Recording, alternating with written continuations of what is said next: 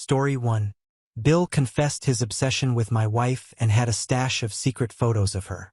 Now his marriage is over when his wife kicked him out and is going for full custody. My brother-in-law just told my wife he is in love with her anyway. Yesterday, my brother-in-law out of the blue asks my wife if she can meet him for lunch. There is something he needs to talk to her about. My wife tells me about it before accepting and asks if it might have something to do with my sister. Maybe they are having problems and he wants to discuss with another woman. I find it odd, but I tell her to go find out, so she accepts and they meet for lunch at a place near her office the next day. That's where he tells her that he is in love with her. He lays it on thick, how beautiful she is, how she makes him feel, how he would treat her if she were his, how it was love at first sight, blah, blah, blah. Mind you, this man is married to my sister and has 2 kids. He and my wife had a friendly relationship. Our families see each other often as we are a close family. He does text her frequently, but there was nothing overly sexual. My brother-in-law texts and calls my mom too, so none of us thought anything of it. I want to stop a moment and emphasize that my wife isn't cheating on me with him. My wife and I share an iPad and I see every one of her texts from there. We are also looking at each other's phones all the time, so none of that is going on. So, she doesn't let him finish, walks out, and calls me immediately to tell me what happened. While she is on the phone with me, the texts from him start. He didn't mean it, he thinks it's only infatuation, blah, blah, blah. She leaves work early to come home to talk to me about this, and her phone is blowing up the entire time with calls and texts from him. I tell her to answer, and she put him on speaker so I can hear. He's crying, begging not to tell my sister. Apparently, when we were together this past weekend, he thought that she was flirting with him and that he thought they had a moment when they were alone in our kitchen. Now my wife is a major ball-buster and I suppose I can see how that can be taken as flirting. He asks if she told me, to which I answer yes as I am on speaker. Then he starts begging me. This went on a while. My main question was whether he had cheated on my sister before. He said no, swore on his kids' lives, it's just my wife. He said I should understand. So, I'm done listening at that point and told him I wasn't going to do anything tonight and I would call him tomorrow. That's where we are right now and I really don't know what to do. My wife says, drive over there right now and tell my sister. But the idea of wrecking my sister's family is killing me. Thinking about what it will do to my nieces makes me want to vomit. I know the right thing to do is tell my sister, but I'm also thinking about my wife as well. It's not her fault, but there is sure to be resentment toward her for my family, even if my sister doesn't divorce him and they reconcile. I can't see how we are ever together again like we were before, if at all. This whole episode can tear my family apart. I don't give a shit about him, he tried to destroy my family, but I do care about everyone else. I don't know what to do. Any advice will help. Update 1. So, everyone that told me last night that I couldn't wait to tell my sister was right. A little after 12 last night, I get a call from my sister and she says that she has to tell me that my wife tried to begin an affair with her husband. So he tried to pin it on her. I told her that's not the case and I will be right over. So, I get on the phone, wake my mother and father, tell them what's going on, wake my younger brother, tell him. My mom and dad head to my sister's to sit with their kids and my brother comes to our house to sit with ours and my wife and I head over.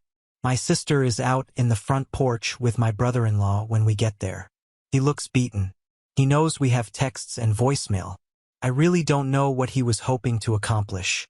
My wife gives my sister her phone. She sees the texts, listens to the voicemails, and he starts sobbing before she can say anything.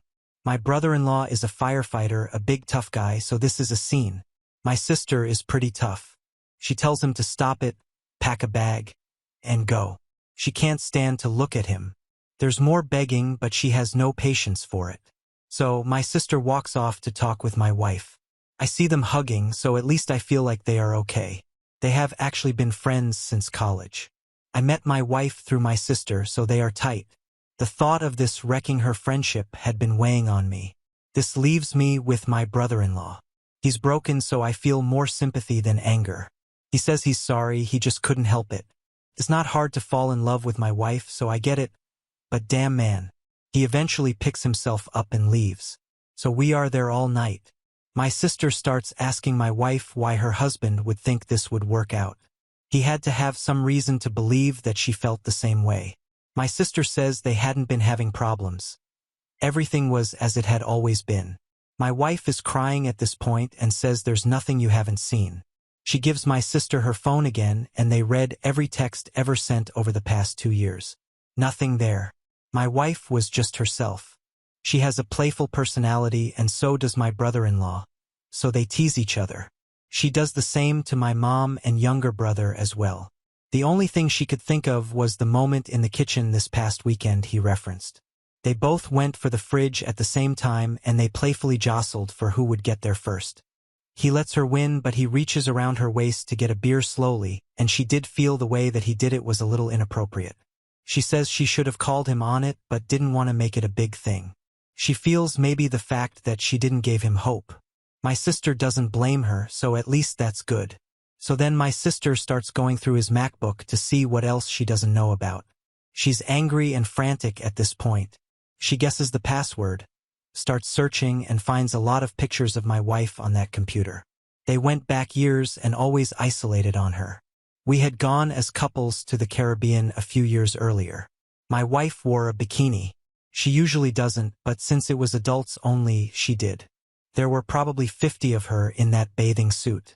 So he's secretly been snapping these for years. Does this now enter restraining order territory? This has taken a creepy turn. I'll update when I have more. Now for some comments. Comment 1. The fact that you so casually said you wouldn't do anything tonight and you would call him tomorrow and not tell your sister ASAP is highly suspect. Can't imagine a situation where any man would want to have lunch with my wife alone to share something with her and I'd be okay with that. You really said wait until tomorrow after he professed their undying love to your wife? Something is afoot and there is more to this story you're not sharing. We are all pretty close. My sister and my wife are college friends and we are family. I know this guy well, he's not a stranger. I just needed some time to process. My whole life just changed. Comment 2. Damn, he just texted her frequently but there was nothing overly sexual. So since the constant texts to your wife from your sister's husband were only a bit sexual, you let it slide. Anyways, I can't believe you didn't go straight to your sister's. Tell her and beat his ass. The texts never cross the line. I see all of them and he knows that. We are family. It never occurred to me or my wife that things could take this turn. Like I said, my wife is a ball buster and she treated him like a brother, like family. Update 2. I've shared with my wife many of your comments. It makes her feel better that virtually everyone here holds her blameless. It makes her feel better, so thank you. Unfortunately, the mess continues. My sister agreed to talk to her husband last night and let him explain. She puts my wife on FaceTime during this conversation so there will be no lying. I'm listening in as well off camera. My sister is also recording the whole thing. He admits he's been obsessed with my wife for years. Started the day he met her. My wife and I were dating at the time, but he met my wife before he met me. Like I said, my wife and sister are longtime friends and my sister wanted to introduce her boyfriend to her friends. He thought it was only physical for a while, but over time he knew it was more. My sister nearly kicks him out right there but listens a little more and she eventually asks what made him think that my wife would leave me for him. He answers that there is obviously mutual attraction and he figured it would begin as an affair and then things would progress from there. My wife and sister explode at that point. A lot of cussing, a lot of screaming. Phone call is over. My wife hangs up because at this point she is concerned for me. She's shaken and distraught. Assures me the attraction was one-sided. I never thought it wasn't. Even if she did find him physically attractive, I know she would never act on it.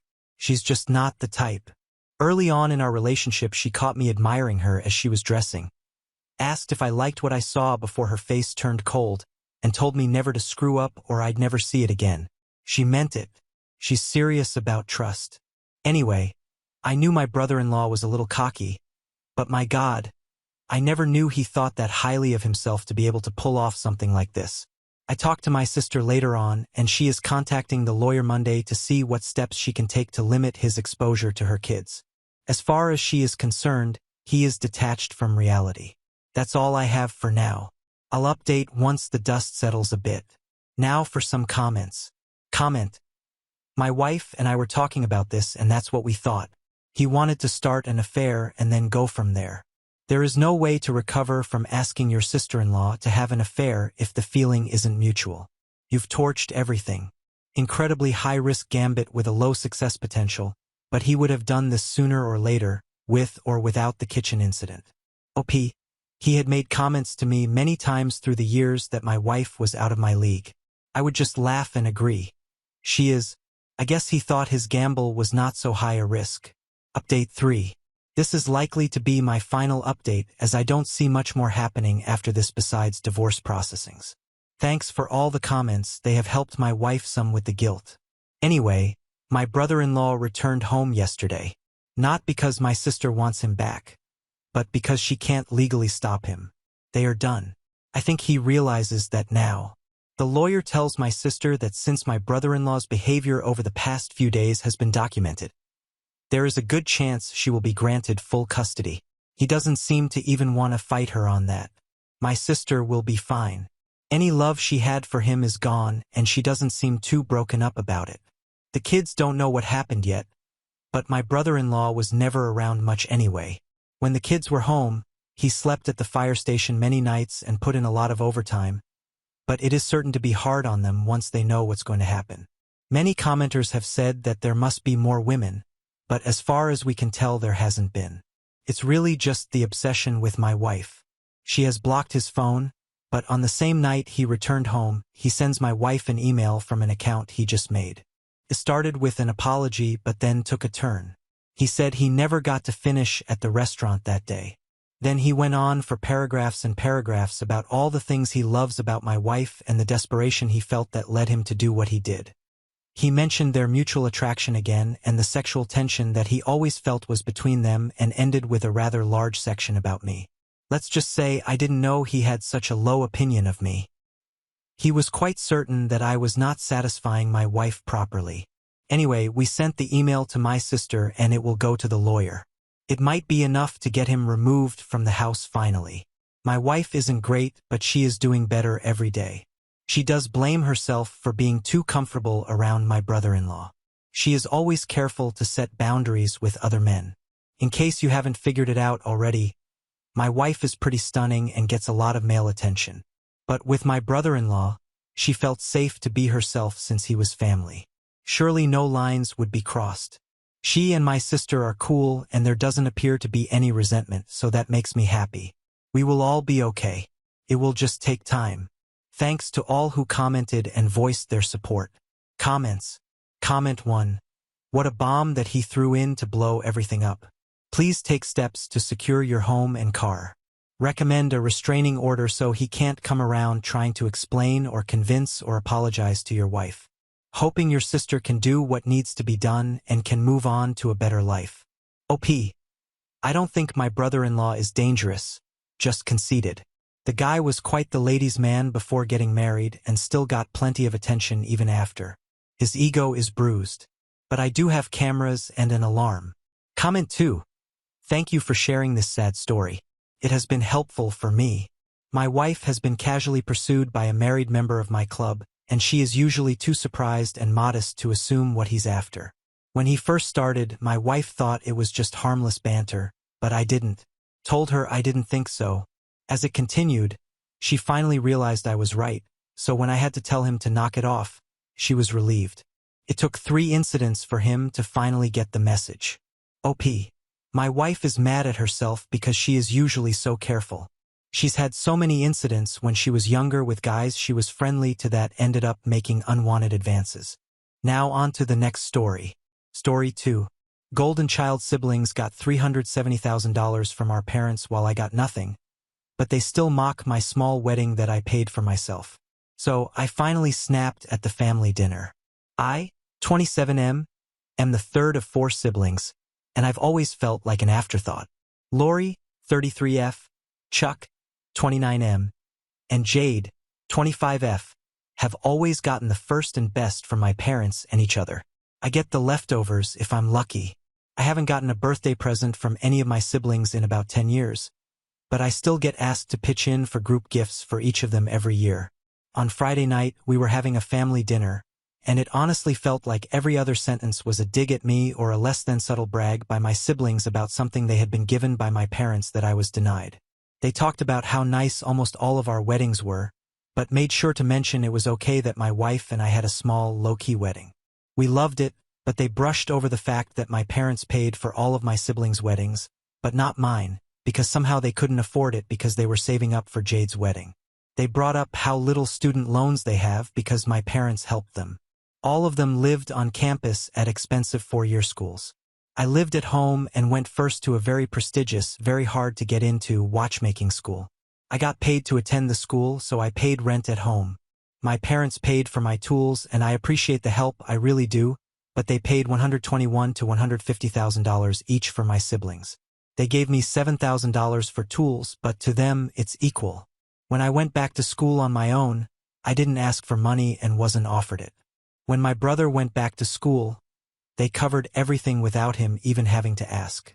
There were many other small moments, comments about cars and other lifestyle choices, but what made me snap was my brother and his wife mentioning their marriage being so great because they do things like spontaneous dates like the one they had the prior Friday night. The Friday night where my parents called my wife and I last minute to cancel plans they had to eat dinner at our house because they had to watch Chuck's kids because of an emergency. Turns out that emergency was a dinner for Chuck and my sister-in-law at Texas Roadhouse. I had spent hours making my grandpa's ziti and meatballs with homemade marinara because it's my mom's favorite. I wanted more than anything to scream at them, but instead, I got up and left without saying a word, and my wife followed me. When my mom called me later to ask why I left, I just explained exactly why. I explained the favoritism, the unfairness, and the fact that it doesn't feel like they care about me. She didn't say much, and I wasn't really looking for an explanation or an apology in the moment. I just felt like it was self-evident, but if she really didn't see it, I'd spell it out. Evidently, at least parts of what I said have been shared with my siblings because now Chuck and Lori are furious at me and saying I ruined dinner, and my mom is upset that I am hurt. They say I'm immature for keeping score. Now for some comments. Comment 1, NTA. Your siblings are keeping score as well. They use that score to belittle you every time they see you. Your parents, including your mom who is all of a sudden upset that you are hurt, have allowed that to happen. Your mom is only upset because you finally stood up for yourself and called them all out. Keep on keeping score, they certainly will. OP. Honestly, on the phone she didn't seem agitated at all, but when I started explaining everything, she just kinda got sad. I guess. She got real quiet and didn't say much. Comment 2, NTA. I don't know if this is the best solution, but if I were you, I would write everything down just like you told us, then send it to each one of my family members in a group chat, then block them. I would move on from a relationship with them and love them from a distance. Comment 3. Do you and all your siblings look exactly alike? OP. Jade is adopted, so no, but she has always been the baby and been treated as such anyway. My first draft had a lot more background, but it was way over the character limit. I look almost exactly like my paternal grandfather. I even have the same thing with my eyes where they were blue when I was born, but have formed a brown ring around the outside as I've grown up, so there's almost no possibility that I'm not my father's son, if that's what you're getting at. Jade is on my side, incidentally, and she feels awful about the wedding thing, but she didn't find out about them not paying for my wedding until about 6 months ago, which is 6 months after her wedding. She assumed that they had paid for part of my house or something because verbally that had always been the deal, but no. I got to pay for my own wedding, and my parents never honored the long-standing agreement of, we have money saved for each of you, and you can either use it for a wedding or anything else you want as a wedding gift when you get married. This is not Jade's fault. She didn't ask for any of this. She didn't even get to plan her own wedding. My mom and Lori did that. It was extravagant because Mom and Lori wanted it to be extravagant. Jade and her husband mostly hang out with my wife and I when they are in town. That has been a pattern for a long time. Family gives her stuff she didn't ask for to, I guess, make up for her early childhood sucking, and it's often at the expense of me, but since she was like 6, she'd always then share it back with me. Jade and I are fine. She shouldn't have been responsible for policing the fairness of the adults in our lives. Comment 4. Have you straight out laid all this information in front of your family like you told us? Or have you personally been taking all this in yourself? I'm glad your sibling Jade is empathetic with you. OP. The Friday night phone call with my mom was the first time I laid more than one incident at a time out for anyone. It's also the most thorough I've ever been about explaining any single incident because it's the first time I didn't get interrupted. We were on the phone for 1.5 hours and I was talking for most of it. Comment 5. You seem like an emotionally strong person. Sometimes when people know they can't get to you, they can't help but keep trying. Says more about them. Comment 6. If you weren't related, would you even hang out with these people? You do get to choose your family, you know. Don't worry about rocking the boat, sail your own. OP.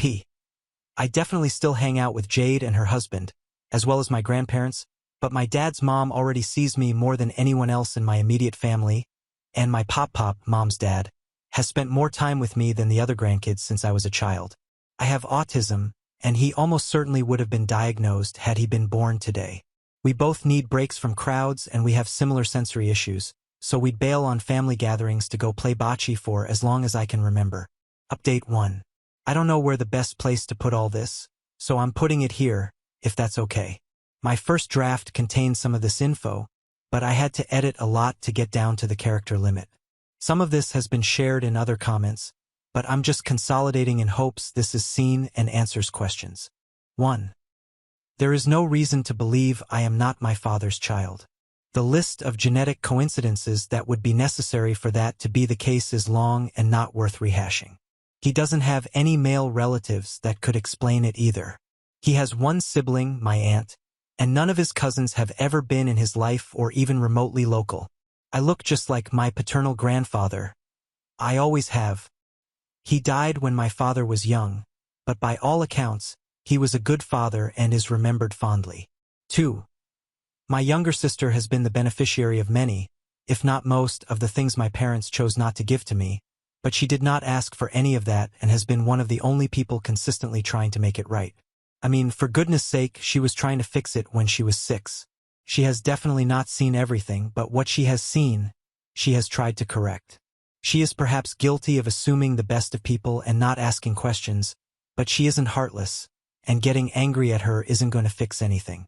We talked for a long time after I posted this. She had been told she was contributing to a birthday gift for me every year since at least 2018. She gave money to my older sister to buy my wife and I tickets to my favorite soccer team, and then when my wife and I inevitably posted about going to games, she assumed one of the games we went to each year was the gift she had been contributing money towards. There is a lot of backstory there, but the gist of it is, Jade and I have always gotten along well, and Jade does not participate in singling me out negatively. She and her husband spend time with my wife and I frequently, usually just the 4 of us. 3.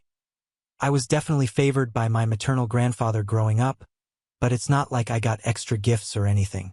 He and I just have very similar personalities, and that showed at a young age.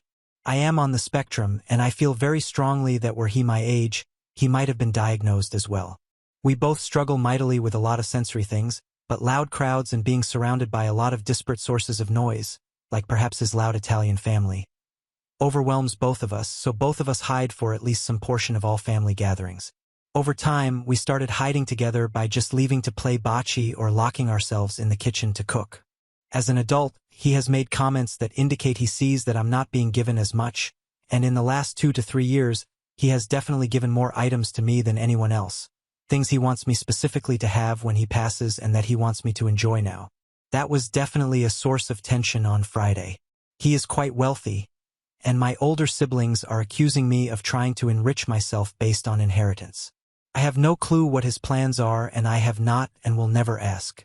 It's not my business, and he has always had a pathological need to make things even. Everyone gets the same number of boxes at Christmas with as near as possible the exact amount of money spent on each recipient, so I do not expect him to behave differently with his estate. I honestly expect that anything that doesn't go to charitable causes will be divided evenly, but I really think it's all going to charity. But where my older siblings see the monetary value of his record collection and view it as a financial windfall, I just see a beautiful collection of music I get to keep listening to. I'd never sell that. They feel that I am hoarding the antique watches he gave me, the most valuable of which is a 60s Timex Marlin. But again, they just want me to sell them and divide the cash. First of all, they aren't valuable except in sentiment. Second of all, Pop is very much still alive and only gave them to me because he knows I will repair the ones I like and wear them. Selling them would be extremely rude and entitled. They are angry that he gave me his first nice car because it does have nominal value even now, too old to be valuable as a reliable vehicle, not old or rare or desirable enough to be a collector's item, but to me it's a sentimental item. It was his Sunday car for years, and while I've had to put a lot of work into keeping it running well, it's in excellent cosmetic condition. My older siblings are contesting that actually I am the favorite, and the very measurable and extremely generous financial gifts given to them by my parents are somehow dwarfed by their very inflated estimation of the financial value of the gifts my grandfather has given me recently. 4. My paternal grandmother has openly favored me more and more as I've aged. Again, this is not financial, and to my knowledge, she isn't in a position to leave me an inheritance. Not that I'd even ask that of her. There is an old clock of hers, made by a local clockmaker and housed in a handmade cabinet, that I used to spend hours looking at when I was really young, that she actually put multiple labels inside of as early as when I was 5 or 6 saying that it belongs to me. But I didn't ask for that. I appreciate it, and I will gladly accept it if she still feels that way when the time comes, but I don't spend the time I spend with her as some sort of plot to steal her clock. I just like hanging out with my grandma. She's a really funny lady, and she likes walking with my wife and I and our dogs. She stays with us in our house on holidays in lieu of staying in the guest house my parents had built for her. My siblings are under the impression that she has somehow supported me financially. Again, unless there is something I am not aware of, she is very much not in the position to do this. 5. My wife and I will be meeting with my parents at some point over the next week to talk. I do not know what to expect, but we'll be taking the time to write stuff down in preparation. I don't even know what I want from it, but I will be bringing up family therapy. Update 2. So, update time. About a week after the post, my wife and I sat down with my parents and cleared the air. As several people suggested, I wrote down my thoughts and compiled to the best of my knowledge a listing and full accounting of the disparity and what my siblings were given over the years and what I was given. I did actually sit down and do the math, and it turns out that while I was at the technicum, I actually paid my parents more in rent than they ever paid for my tools. But the final reckoning came to between $370,000 on the high end, Jade, to $190,000 on the low end, Chuck, for how much my parents directly gave to my siblings that they never gave me. Sitting down and seeing the full amount all spelled out like that is probably the angriest I got during this whole mess. My parents had been aware there were discrepancies but really pushed back on the actual amounts until we sat down and went through each major gift/incident case by case, by which point my dad admitted my reckoning was likely conservative. That was more or less the end of any productive talk that night. My dad just claimed they didn't think it had gotten that bad but wouldn't give any details about how they could have possibly not noticed. In the interim, Chuck and Lori continued to escalate their anger, continued to call and text me, my parents, and extended family. I have not spoken to either of them directly since and don't expect to anytime soon. Roughly a week after that first sit-down, my mom and dad asked to meet again. Lots was said, but the gist is this. They felt I was doing well and didn't need their help. Basically, they thought I would be fine without them. They admitted they probably lived outside their means and gave more to my older siblings than they should have and could never have given me that much. They claimed the timing of my wedding lined up with probably the most dire of their overspending/lack of saving, and that they literally did not have the funds to live up to their promise, especially as they were paying for Jade's tuition, car, and apartment at that time. They have offered money. They have offered to pay for vacations, a car, all kinds of stuff, but I think they don't really get it yet. My wife and I don't want their money, but we aren't really sure yet what an ideal resolution to this looks like. At least they have admitted they were unfair and are open to working things out.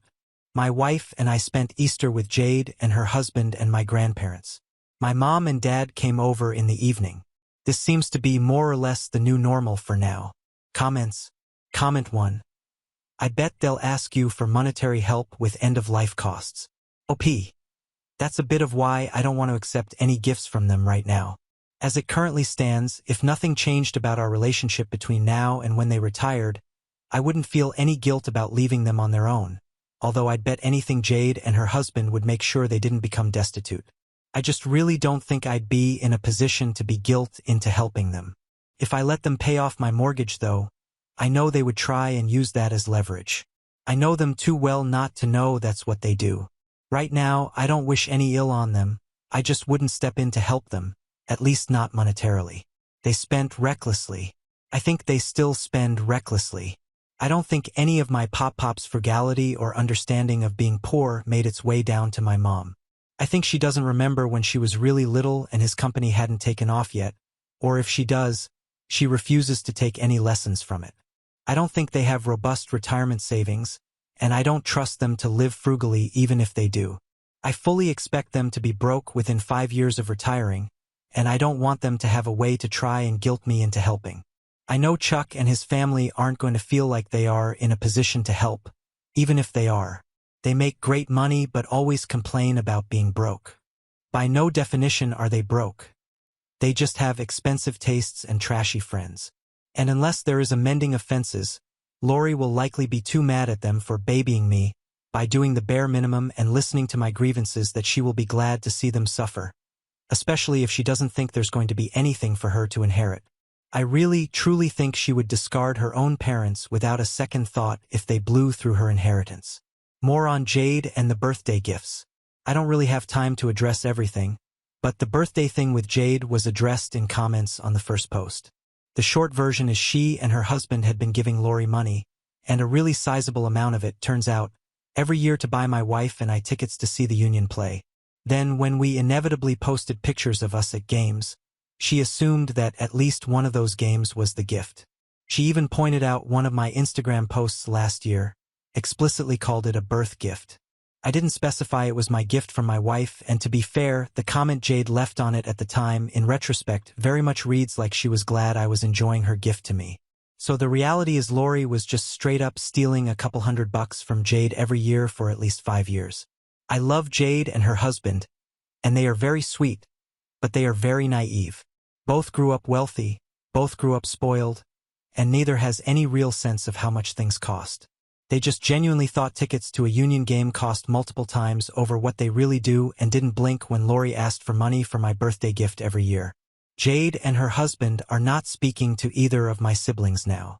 They were both genuinely astonished to hear I hadn't been getting gifts from my siblings. Fun side note, they took my wife and I to a game this spring and paid for everything. Unprompted and not thinking it made up for everything, they just wanted to do a nice thing. I will not pretend Jade is perfect or that you can't tell she's been overly spoiled, but my God, does she try hard not to be entitled. She and her husband do well financially in their own right, and they share freely. I know she got a leg up, but it's not fair to begrudge her that. She didn't ask for it, and she has never rubbed it in my face, unlike Chuck and Lori. She is mortified at how uneven things are. Chuck and Lori are mad it's not continuing. Comment 2. Are your parents aware that Lori has been stealing from Jade? They are. I know they are still in contact with her and her family, as well as with Chuck and his. Lori and Chuck are the two that have given them grandchildren, and I don't want or expect my parents to turn a cold shoulder to them. I don't intend to pry into their relationship. My parents know what Lori did. How they want to approach it is their business.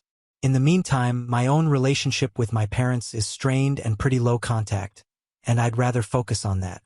I don't really have any real relationship with either of my older siblings, and I can't see myself ever caring enough to try. If either of them has a come-to-Jesus moment and genuinely wants to make things right, they know where to find me. One more thought from OP on not wanting money from his parents. I believe if I let my parents give me money, which I'm not even sure if they have, they will consider us even and not actually address the fact that even without the money, I was treated differently. Until I have reason to believe the offer of money is coming from anywhere other than an attempt to get back into my good graces and by my forgiveness, I'm not interested. My wife and I both work and earn good money. We are by far the least well off of my family, but we are comfortable and we have savings and retirement savings, which may be more than can be said for the others, except Jade and her husband. I don't see or speak to my parents as much as I used to, and so far that's been fine by me. If they want to actually self-reflect and try and make amends, I am very open to it, but not until they acknowledge the non-monetary favoritism as well. My grandparents are fully caught up. They already knew it was skewed. Part of why I'm not overly concerned with settling the score, for lack of a better phrase, is that I have now been told in no uncertain terms I will come out of this better off. I know now that any relationship with my brother or older sister is almost certainly beyond repair. I've accepted that. I think letting my parents ease their conscience by throwing money at the problem will only lead to them not actually taking accountability for their actions. Now on to the next story. Story 3. Built a company with my best friend, then had to fire my own brother for stealing from us, but it turns out our parents manipulated him into it, and he was giving them all the money. Hi! So, I, 33F, run a company of my own with a friend of mine. We deal in wooden furniture and have a fairly successful business. We started this business 8 years ago from scratch when the two of us were just 25 and quit our jobs together to start something of our own. That turned out to be pretty much the best idea of our lives, and we are very proud of what we have accomplished. My friend Patty and I both went to business school, and while she had her parents take care of her tuition, I had to make my own way because my parents had always made it very clear to me that they could only support me until high school was over, but after that I was on my own. My mom was a kindergarten teacher, and my dad was a car mechanic, so it wasn't exactly like we were rich, but they did their best.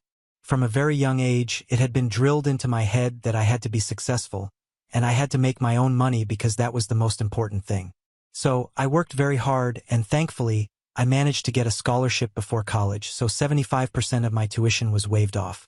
What I actually had to pay, I took out a student loan to get it covered and recently finished paying it off a couple of years ago. My brother also followed in my footsteps and went to the same business school a few months after I had graduated.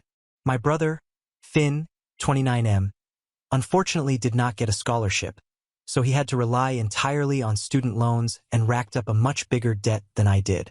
Lucky for him, though, by the time he graduated, Patty and I had already started on our business journey, and we invited him to work with us for a year or two.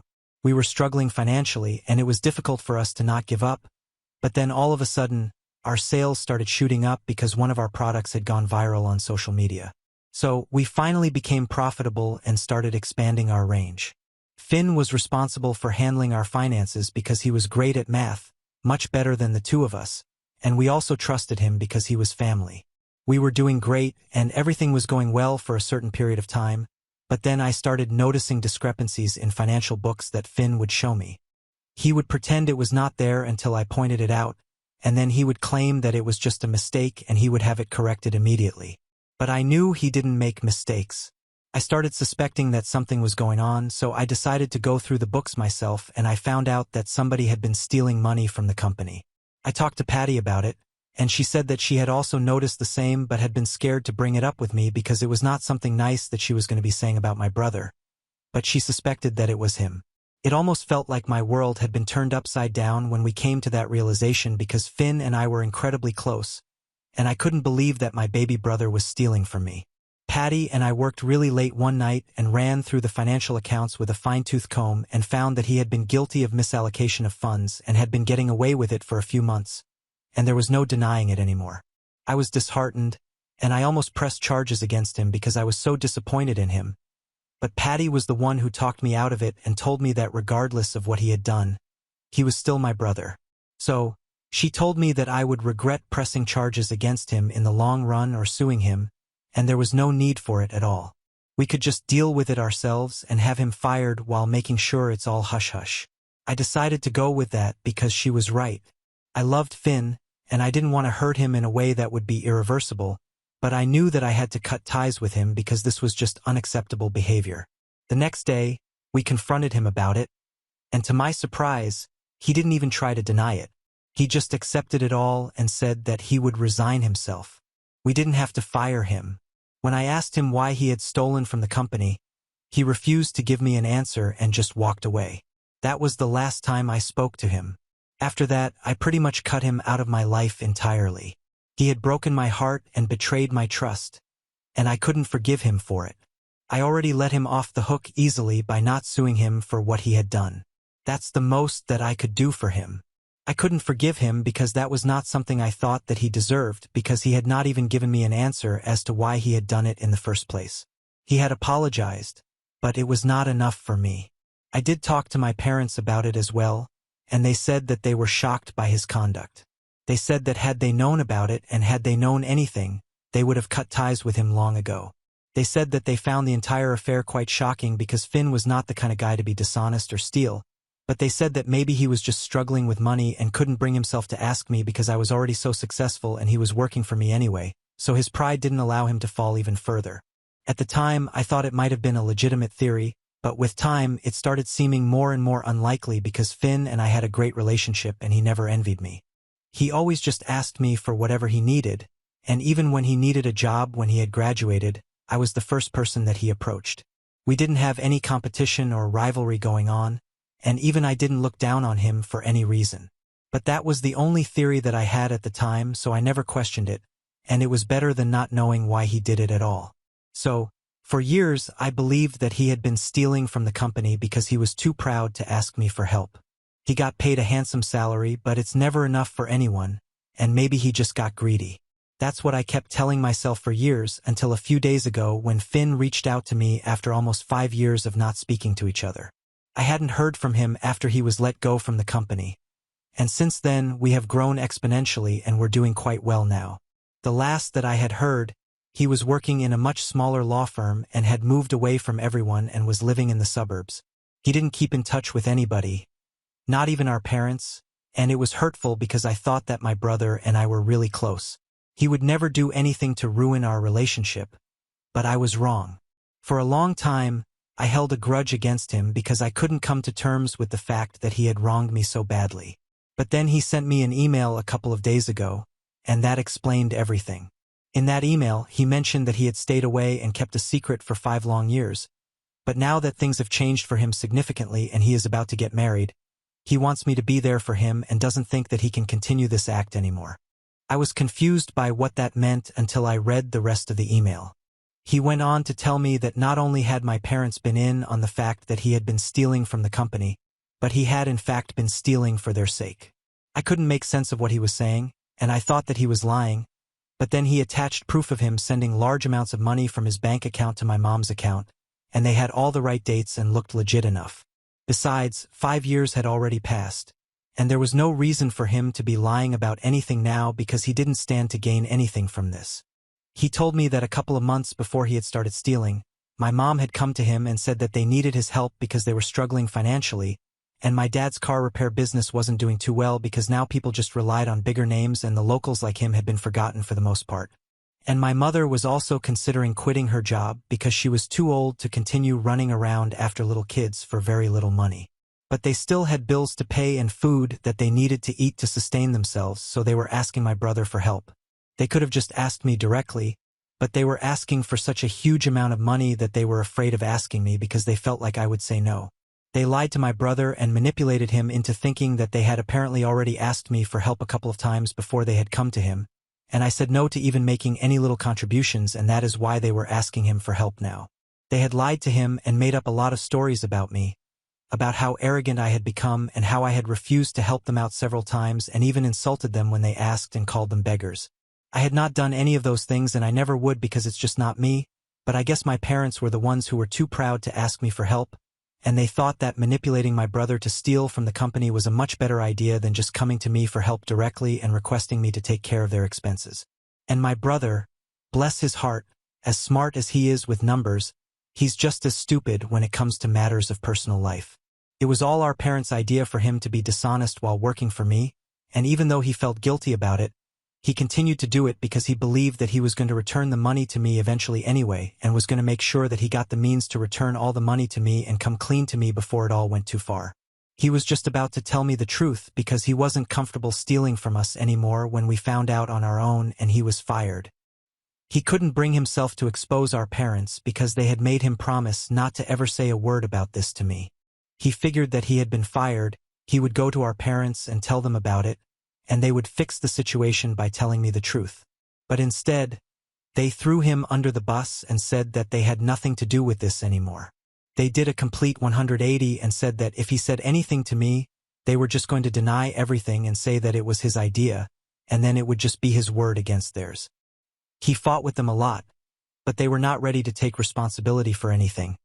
And he was so depressed at the time that he didn't even think it was worth it to go back to me and tell me the truth because he had lost faith in everything.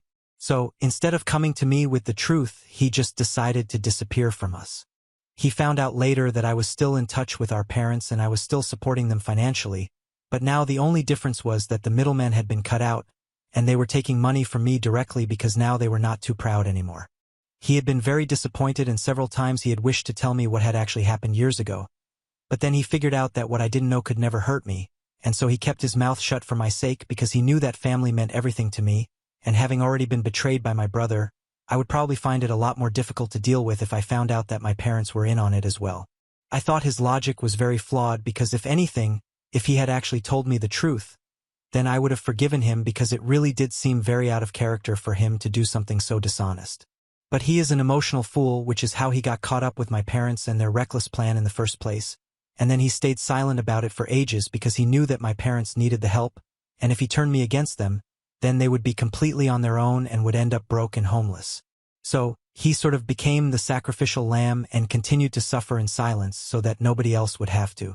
I found myself very emotional when I read that email, and he had attached his phone number at the bottom so I could call him if I wanted to reconcile with him. As soon as I was done reading it, I called him up immediately, and he answered. It was a very emotional conversation for both of us, but we did manage to put it in the past, and he invited me to his wedding.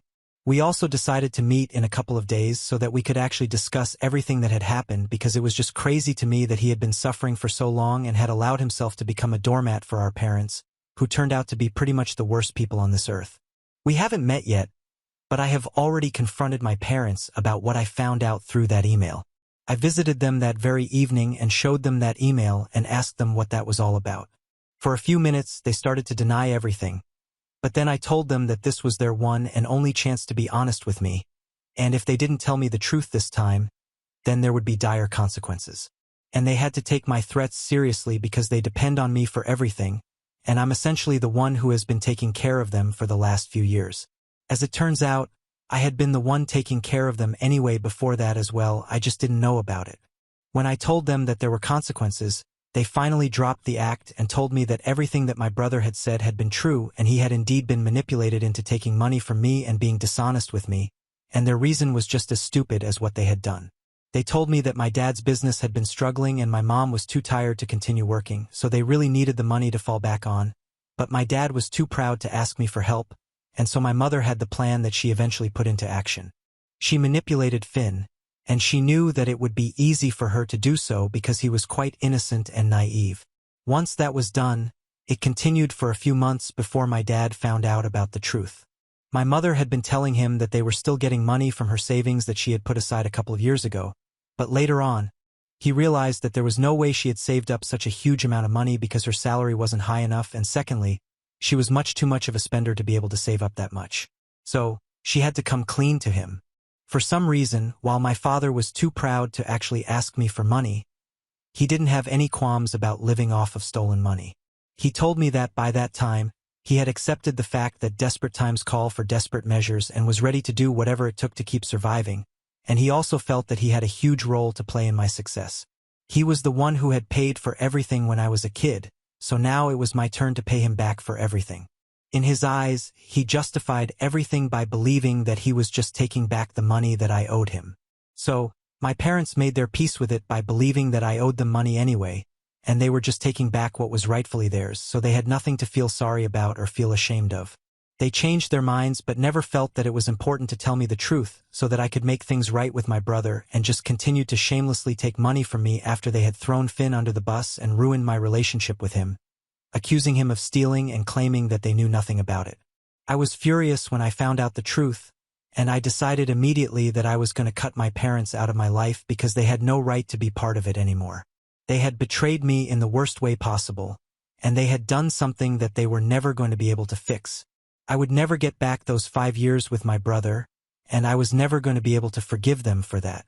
So, I told them that I was done with them, and they could stop counting on me for help. I told them that what they had done was just not okay, and I just couldn't accept it and let it go. They tried to tell me that it had been 5 years since then and acknowledged that they had been very stupid in dealing with their problems and were way too egoistic for their own good. But at the end of the day, I was still their daughter, and it was my duty to help them out when they needed it. But the thing, though, it might have been my duty had they been good parents to me, which they had clearly not been. What kind of parent ruins the relationship between two of her kids just for their own selfish gain? And it wasn't even as though any of the things that they did made any sense. They were just doing things to protect their own false sense of pride when it suited them, and when it didn't, they had no issue changing their minds about it. But the only people who suffered because of all of this were me and my brother, and that was not fine with me anymore. A line had to be drawn somewhere, and I was the one who was going to draw a boundary with them. They kept insisting that I was making a big deal out of nothing, and now that things were fine between Finn and I had no reason to be mad at them. It was just unbelievable how ignorant they were, and it took all my strength to not scream at them because I knew that would be pointless. All that they cared about, all that they could see was their own interests, and if something didn't serve them, it was useless to them. That's what they had done with my brother. They had used him and then discarded him when he was no use to them anymore. And who's to say that they wouldn't do the same to me? I ended up getting into a really nasty verbal fight with them, which ended with me walking out of their house and making up my mind that I was never going to look back because my parents were not the people that I had believed that they were. And since then, it's been a total crapfest because they haven't stopped calling me, and I don't have it in me to block them yet. I feel like a horrible person because in spite of everything that they have done, they are still my parents, and they are old and have nobody else to count on. I know that they screwed up in a very big way, but I feel like if I abandon them, then I'm letting them down and being a bad person. I talked to Finn about it, and he had nothing positive to say about any of this. He told me that he had been facing the same dilemma when my parents first approached him to ask for help. Neither of us knows what to do, but one thing is for sure. If we don't help them, nobody else will, and they might have to go back to working, which would be really bad because both of them are pretty old now, and I don't think it's a good idea for them to go back to work. But the alternative is to continue helping them out with money, which just seems very unfair. I don't understand what I should do right now. Am I the a-hole for telling my parents that I won't help them out financially anymore after I found out that they had scammed me and ruined my relationship with my brother? Update 1. Okay, my brother and I met for lunch yesterday. I still haven't blocked my parents, so they do keep texting me, but I have muted their notifications so I don't get bothered by it constantly. I have also archived their chat, so I don't have to be reminded of what I'm ignoring every time I open my phone to text somebody. Finn and I forgot about all our problems as soon as we saw each other, and it was really nice to see him and talk to him after so long. He has changed a lot in the past couple of years and has been dating a woman for the past 2 years, and it turns out his fiancée, Jackie, was the one who convinced him to reach out to me and try to make things right by telling me the truth because he didn't need to take the fall from my parents in order to be a good son anymore. And she was right. I'm going to meet her in a couple of days as well, and I'm very excited about it. But then we started discussing what we were supposed to do regarding the situation with our parents, and we hit a dead end once again because there was just no correct solution to any of this. I know most people in the comments said that there was nothing wrong with me wanting to cut my parents out of my life after what they had done, but I know logically it's the right thing to do and I don't have anything to feel bad about, but I am human and I do feel bad. The world would be a lot easier to understand if it functioned on the basis of logic and rationality, but unfortunately that's not how the world works, and I am not an emotional feeling robot who just does things because it's the right thing to do and it makes sense to do it. So, while I am fully aware of the fact that it would be better for me to just cut off my parents, I can't do that because I have to think about the consequences of it as well. They are bad, but that doesn't mean that I have to get down to that level as well. A lot of you guys called me a doormat and whatnot for even considering forgiving them or staying in touch with them, but I don't really care about it. This is the real world, and I have to think about a lot of things and factor in the consequences of my actions before I come to a conclusion. So, Finn and I are still talking about it, but I hope that we will be able to reach a common ground soon enough, because I'm not sure how much longer I will be able to hold my parents off. Update 2. Hey, so Finn and I have been talking on the phone for the past couple of days. It's been 3 days since we met, and we have finally come to a decision about what we should do regarding our parents. The two of us have decided that we are going to cut them off, but we are going to still continue to send them money. From what we know, they did have a retirement fund, but my dad put all his money into reviving his car repair business a couple of years ago, and that went bust, as we all know. So, they don't have any money of their own anymore. That's why they have to rely on us. So, whether we like it or not, we can't leave them, but we can stop talking to them so they know that we don't want a relationship with them anymore. Finn and I have also decided that he's going to join the company back again now that we know that he was innocent. I've already spoken to Patty about it, and she's completely fine with it because she thinks that he's a good guy and deserves a second chance, especially since the first time that he was fired it was not even his fault. I mean, apart from the fact that he was manipulated and lied to, his intentions were good, and his heart was in the right place. But this time, things are going to be different, and we're all going to make sure of it. Update 3. So, Finn and I finally spoke to our parents, and we let them know that while we were still willing to cover for them financially, we would not be keeping in touch with them. We visited them last evening and told them that for all their necessary expenses, they could rely on us, but for everything else, they had to make their own way. They were not in agreement with this, and there was a lot of drama. My mother kept crying, and my dad claimed that we were being selfish and disrespectful towards them, but I couldn't see anything wrong about any of this. What we were suggesting was far more generous than they deserved. Had we been a little less considerate, we probably would have cut ties with them altogether and not even bothered to help them out later. Judging by what they had done, we were being quite generous. The two of them were pretending to be the victims here and claimed that they had always been good to us, but we couldn't do the same for them, and that's when I lost my cool and started screaming at them because if scamming me out of money and then manipulating my brother counted as being good parents, then boy did I have some news for them. I really told them off because I just couldn't take the fact that they were pretending to be the victims even in a situation like this where their lies have been caught and they have confessed that what they did was messed up. It was crazy to me that they were still trying to portray us as the bad guys because clearly anyone in their right mind would know when to drop it. They could have just accepted our deal and let it go, but they had to create a whole scene for no reason. So, they ended up losing us all together and my dad had a lot to say. He said that he would rather be homeless than take money from us, and honestly, it was fine with us. So we left their house and that was it. Now we don't even have to keep in touch with them or give them money. They rejected it themselves, so that's it. Finn and I, however, are going to keep in touch obviously, and in a few days he's going to set up a meeting for the three of us, including his fiancée.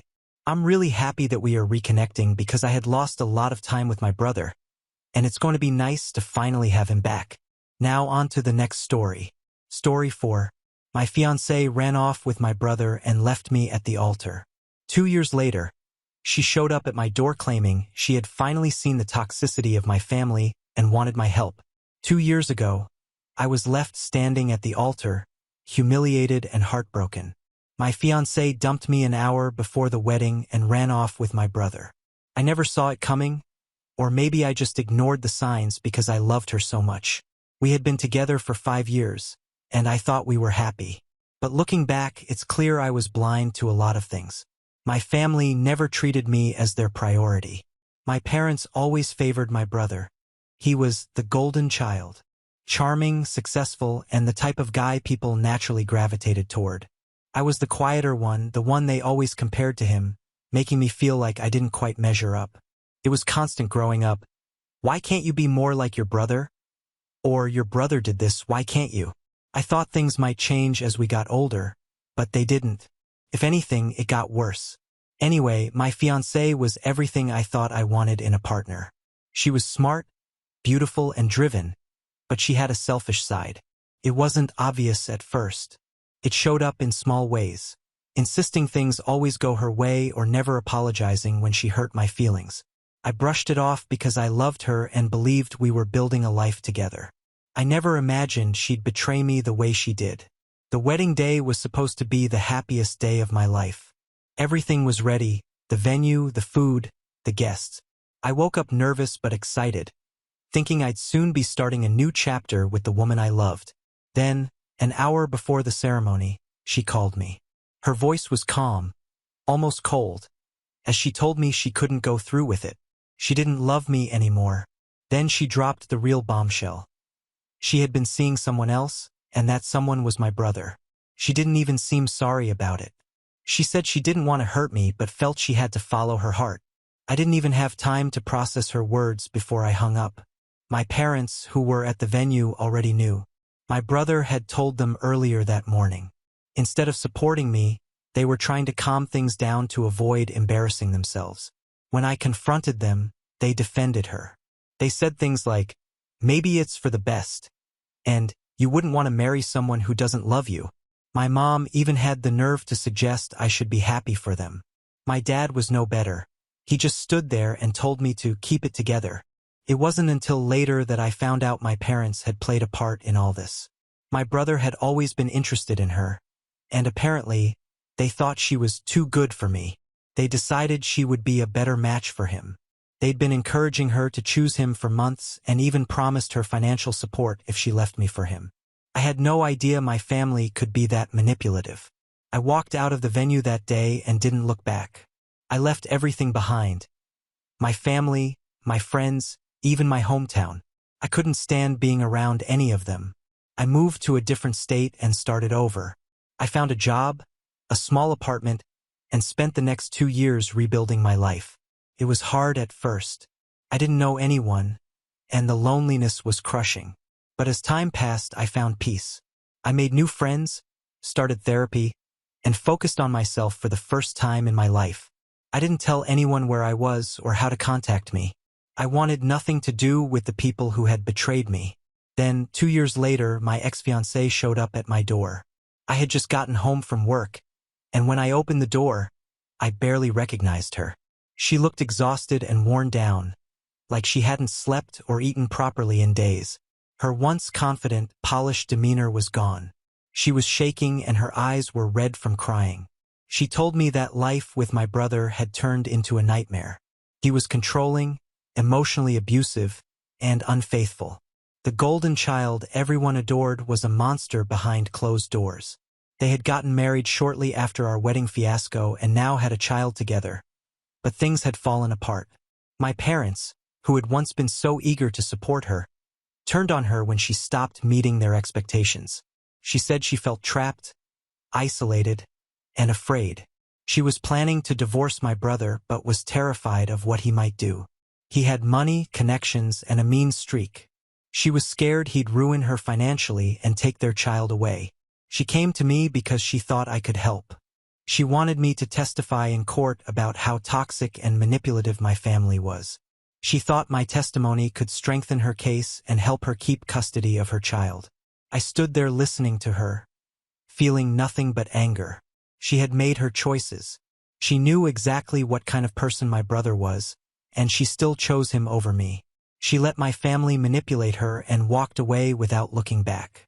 And now, after everything she put me through, she expected me to come to her rescue. I told her no. I didn't yell or argue. I just said, no, and closed the door. It felt good, but it didn't last. A couple of days later, the texts started. Somehow, she told people about her visit and word spread. Old friends, even mutual acquaintances, started reaching out to me. They called me selfish, bitter, and cowardly for refusing to help a woman in need. Her former maid of honor, who was supposed to stand by her at our wedding, sent me a long message about how I wasn't man enough to step up. She said I was proving my family right, that I was weak and didn't deserve my ex in the first place. I couldn't believe the audacity. These were people who had vanished from my life after the wedding. None of them had stood up for me back then, but now they thought they had the right to lecture me. I ignored most of it, but it still hurt. They had no idea what I'd been through, and they didn't care. They just wanted me to fix a problem that wasn't mine to fix. Now I'm left wondering if I did the right thing. I owe my ex-fiancée nothing. She made her bed, and now she has to lie in it. But there's a child involved, an innocent kid who didn't choose this mess. Part of me wonders if my refusal to help might hurt him in the long run. At the same time, helping her would mean letting my family and her drama back into my life, and I'm not sure I'm willing to do that. Reddit, what would you have done in my place? Did I make the right call? Or am I being selfish too? Update 1. I really didn't expect my post to blow up like it did. Honestly, when I first started typing out everything that happened, I wasn't sure if anyone would even care. But here I am, reading through hundreds of comments. Some supportive, some tough to read, and it's been a lot to process. To everyone who reached out with advice or even just shared their thoughts, thank you. Whether you agree with me or not, I'm grateful for the support and the different perspectives. Writing all of this out has definitely helped me sort through a lot of emotions, and I found some clarity, but it's also stirred up a lot of stuff I thought I had buried deep down. So, after I posted, I spent the rest of the evening reading through comments. Some people pointed out things I hadn't even considered, like the fact that if I were to get involved with my ex-fiance's legal stuff, it could potentially make things worse, not only for me but for the kid as well. There were others who were straightforward, telling me I should stay as far away as possible and that my ex made her bed. Now she can lie in it. Those comments honestly made me feel better about my initial reaction to her showing up at my door. But then there were the others who brought up a different angle. The child. I mean, I know I don't owe my ex-fiancé anything, but hearing so many people say the child is the one who's innocent in all of this, it got to me. A lot of you said I should try to do something for the kid without getting dragged back into the toxic mess that is my family, and that's what I've been struggling with ever since. I really don't want to have anything to do with her or my brother again. I don't want to be the hero or the good guy in a situation where I'm just setting myself up for more heartache. But then again, I feel like I should do something, even if it's not for her. It's funny, though. After reading so many of your comments, I started wondering if maybe there was something I could do that wouldn't involve me talking to her again or getting sucked back into the drama. I even considered calling a lawyer just to ask what would happen if I did testify or if I helped her in some way. But the more I thought about it, the more I realized that it's still not my job to fix any of this, and especially not when it means dealing with my toxic family again. But the guilt of knowing the kid is caught in the middle of this mess, that guilt doesn't go away. And then, like clockwork, my brother decided to show up in the picture again. Yesterday morning, I got an email from him. Yes, my brother, the one who hasn't spoken to me in 2 years, and the last time we did, it was the day I called off my wedding. His email was cold, and honestly, just reading it made my stomach drop. It was short and to the point. I heard our ex-fiancé came to you for help. It's a huge mistake if you get involved. Stay out of family matters. You'll regret it. I stared at that message for way too long. I was tempted to reply, but then I thought, why the hell should I? This guy is the one who pushed me out of my own life. He was the one who pulled all this manipulation with my ex, and now he thinks he can tell me what to do. The audacity. I don't even know if audacity is a strong enough word for how I feel about him, but I didn't respond. Couldn't be bothered. It's honestly laughable how entitled he still feels. He has no idea what I've gone through or what I've had to deal with all these years, and yet he thinks he gets to decide how I should handle things. No thanks. That's when the phone call came in. It was from an unknown number, and I'm sure you can guess who it was. Yep, it was my mother. After 2 years of radio silence, she decided this was the time to call me. The second I picked up and heard her voice, I was immediately reminded of all the reasons I had cut ties with her and my dad. I couldn't even get a "how have you been?" or "I miss you" before she launched right into it. She started talking about the divorce, my brother, and how I needed to be the bigger person and keep the peace for the sake of the family. That was when I snapped. I don't even remember what I said exactly, but I know I told her I didn't want to hear any more of it. She kept on, though, talking about how hard things were for my brother and how I was punishing the child if I got involved. I told her I didn't care and that I wasn't going to fix their mess anymore. I hung up after that. That conversation left me so numb. For some reason, it reminded me of everything my parents have done to me. How they always favored my brother, how they enabled his worst behavior, and how they'd always expect me to be the quiet one who just took whatever they threw at me. It's never been about me, not once. I've always been the backup son, the one who was supposed to just deal with whatever crap came my way. Hearing my mom defend my brother again was like a slap in the face. It made me realize nothing's changed. Not with my parents and not with him. And to be honest, that's why I'm not going back. As tempting as it is to take the moral high ground, I know I'd only be putting myself back in the same toxic cycle. So I'm done. I made my peace with walking away. But this situation has opened a lot of old wounds that I thought I had healed. But as much as I want to just shut it all out and pretend it's not happening, I can't ignore the fact that the kid is in the middle of all of this. I keep thinking about how helpless he must feel watching all of this unfold. I know he's innocent, but what if he's being emotionally manipulated like my ex was? Kills me to think about it. But still, I keep telling myself, this isn't my fight. I've been through enough already, and I'm not about to get pulled back into their drama. So, I've been sitting with these feelings for a couple of days now, trying to figure out what to do. Part of me wants to just move on, leave them to their mess, and walk away for good. But then there's another part of me that's wondering if maybe I could help the child somehow without getting back in the middle of everything. I don't know what the right move is yet, but I do know one thing. I can't let myself go back to the toxic person I was before, the one who always tried to fix everything for everyone else while ignoring my own needs. I've worked way too hard to get here to let them drag me back in. But that guilt about the kid? Yeah, it's still there, and it's not going away anytime soon. What would you guys do in my situation? Would you help, or would you just walk away completely? I'm struggling to find the balance. Update 2. I thought things might settle down after my last update, but I was wrong. Instead, things have escalated even further, and I'm honestly questioning how I ever put up with these people for so long. It's like the universe is testing my resolve. Every time I think I've built a wall high enough to block them out, someone finds a way to get over it or slip through a crack. Since my mother's call, I've been absolutely bombarded. It started with a few texts from extended family, my aunts, uncles, cousins, and now it's like they've all formed this united front. They're coming at me from all angles, telling me I'm ruining the family by not supporting my brother, or worse, by not staying out of his family matter. When that's exactly what I am doing. It's like they think I'm obligated to get involved just because we share the same blood. Some of them have even gone as far as saying I'm holding a grudge and not being a man about it. I've spent the last 2 years working hard to rebuild my life and move on from the toxic mess they created. And now they think I should throw it all away just to get back in the drama? It's exhausting. Honestly, they don't understand that walking away wasn't some decision made out of spite. It was out of necessity. I couldn't continue living in that family dynamic. It was suffocating.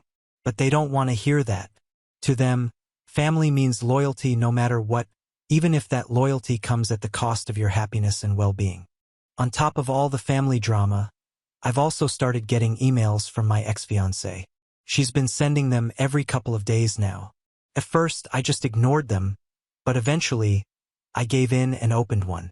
I almost wish I hadn't because they were all the same. She's begging me to reconsider and keeps emphasizing how much I could help her and her child. Each email is more desperate than the last.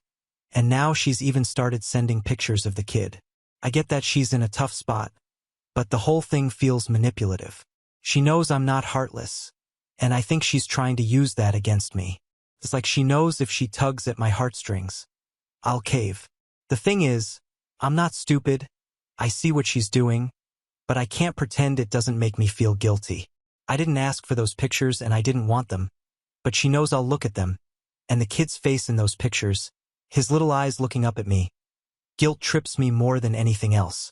I can't shake the feeling that I'm letting him down, even though I know I'm doing the right thing by not getting involved. And just when I thought things couldn't get worse, one of my old friends called me out of the blue.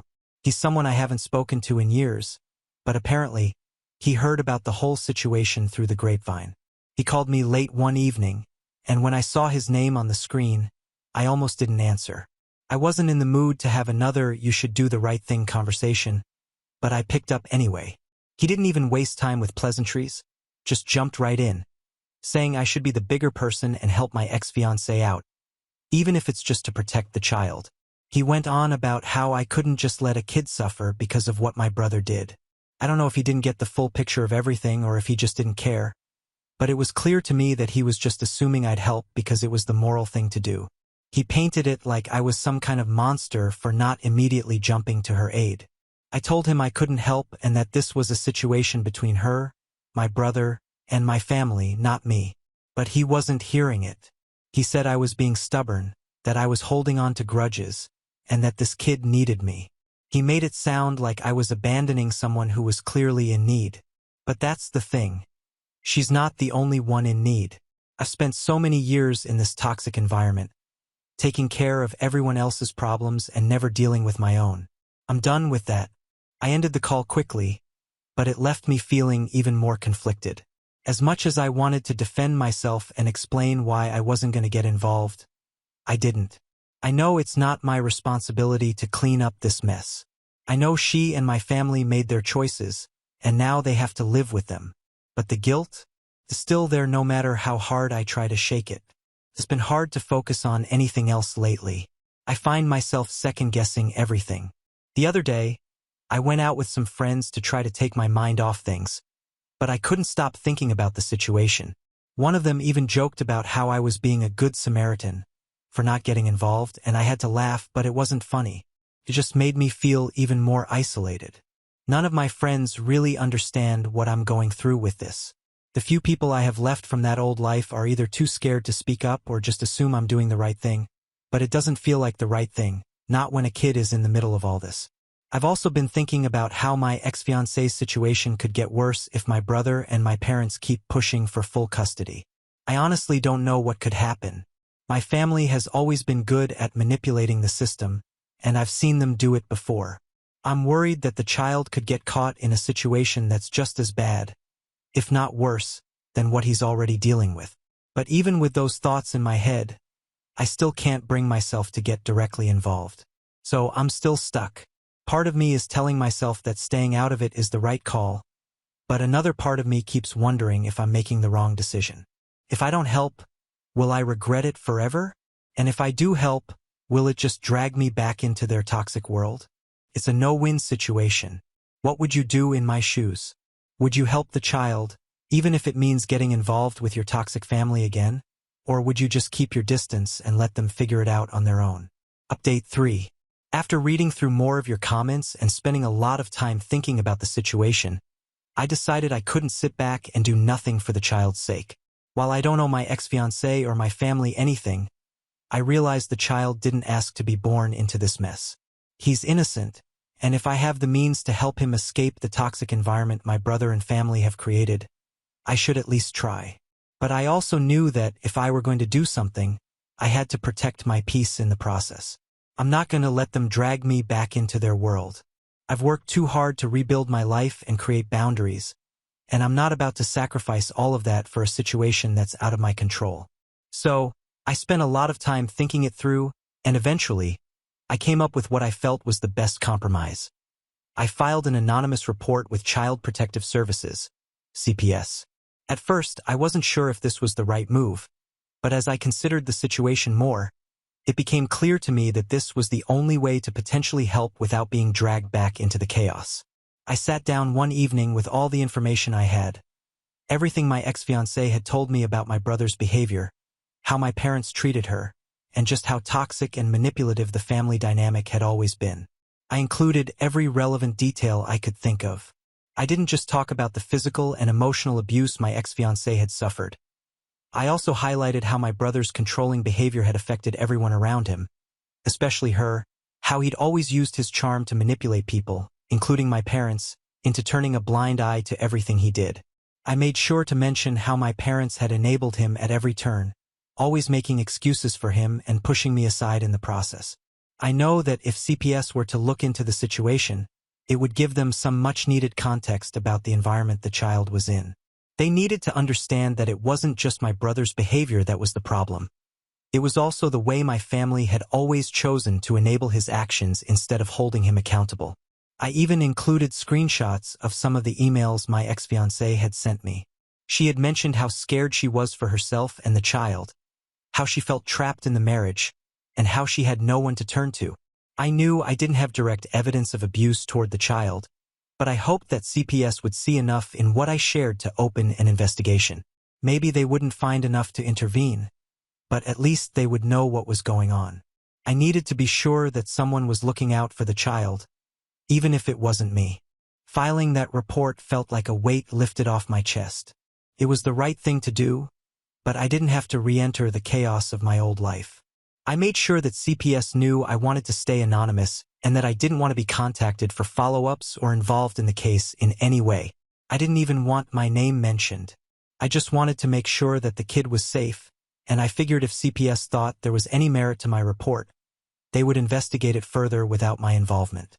I didn't expect any immediate feedback or any kind of closure. It was unlikely CPS would give me updates, and even if they did, it would probably be after they conducted an investigation. I was at peace with knowing that I did what I could. I didn't have to reopen the old wounds of my family's mess, and I didn't have to get caught up in their drama anymore. At the end of the day, The report was the most effective way I could act without sacrificing my mental health and the life I've worked so hard to rebuild. In the days that followed, I tried to focus on moving forward, but that's easier said than done. My family is relentless, and every time I think they might leave me alone, another message or email pops up. This time it wasn't just my mother or a distant cousin. This time my brother himself reached out, and honestly, I didn't even know how to respond. He sent me a short message accusing me of betraying the family and being vindictive. He told me I was making a huge mistake and that I'd regret it. But there was something else in the tone of the message that made me stop and think for a second. It wasn't just anger, it was worry. I didn't even bother responding. The more I thought about it, the more I realized that everything he said was nothing but manipulation.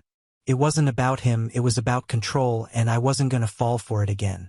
I've been through this song and dance before. It's always the same. They try to make me feel like the bad guy for setting boundaries and doing what's right. But in the end, they're the ones who've made this mess. I don't owe them an explanation anymore. Not about anything. As for my ex-fiancée, I haven't heard from her in a couple of days, which was a relief, until I got one last email from her yesterday. It was short, just a simple message that said, "Thank you," and "I'm sorry for what I put you through." No details, no explanations, just those words. It left me with mixed feelings. On one hand, I'm glad she at least acknowledged the pain she caused. But on the other hand, it made me realize just how much she's going through. Maybe something has shifted in her situation, or maybe she's finally seeing the reality of her circumstances. Either way, it's clear that she's still struggling. I don't know what's going to happen next with her custody battle, but if there's even a small chance she could get the child out of that toxic environment, I hope it works out for her. But I have to remind myself that I can't get back involved. I can't fix her problems, and I've already done more than enough to help. Now it's up to the authorities. If CPS investigates and finds enough to act, I've done my part. If not, then I'll have to accept that I can't control everything, no matter how much I want to. Thank you to everyone who has offered advice, support, or even tough love. Your comments really helped me see the bigger picture, and they gave me the strength to act without second-guessing myself. And for anyone reading this who might be in a similar situation, it's okay to protect your peace. You can care about others and still maintain your boundaries. Sometimes doing the right thing means stepping back and letting the system do its work. You don't have to fix everything on your own. Do what you can and leave the rest to those who are better equipped to handle it. I don't know what's going to happen next with my ex-fiancé, my brother, or any of this mess, but I know one thing: whatever happens, I'll be okay. Now on to the next story. Story 5. Parents abandoned me during pregnancy when my husband got lupus, saying he and my baby weren't their family. 3 years later, they showed up wanting to be grandparents. 3 years ago, I cut my parents out of my life because it became very clear to me that to them nothing was more important than my sister.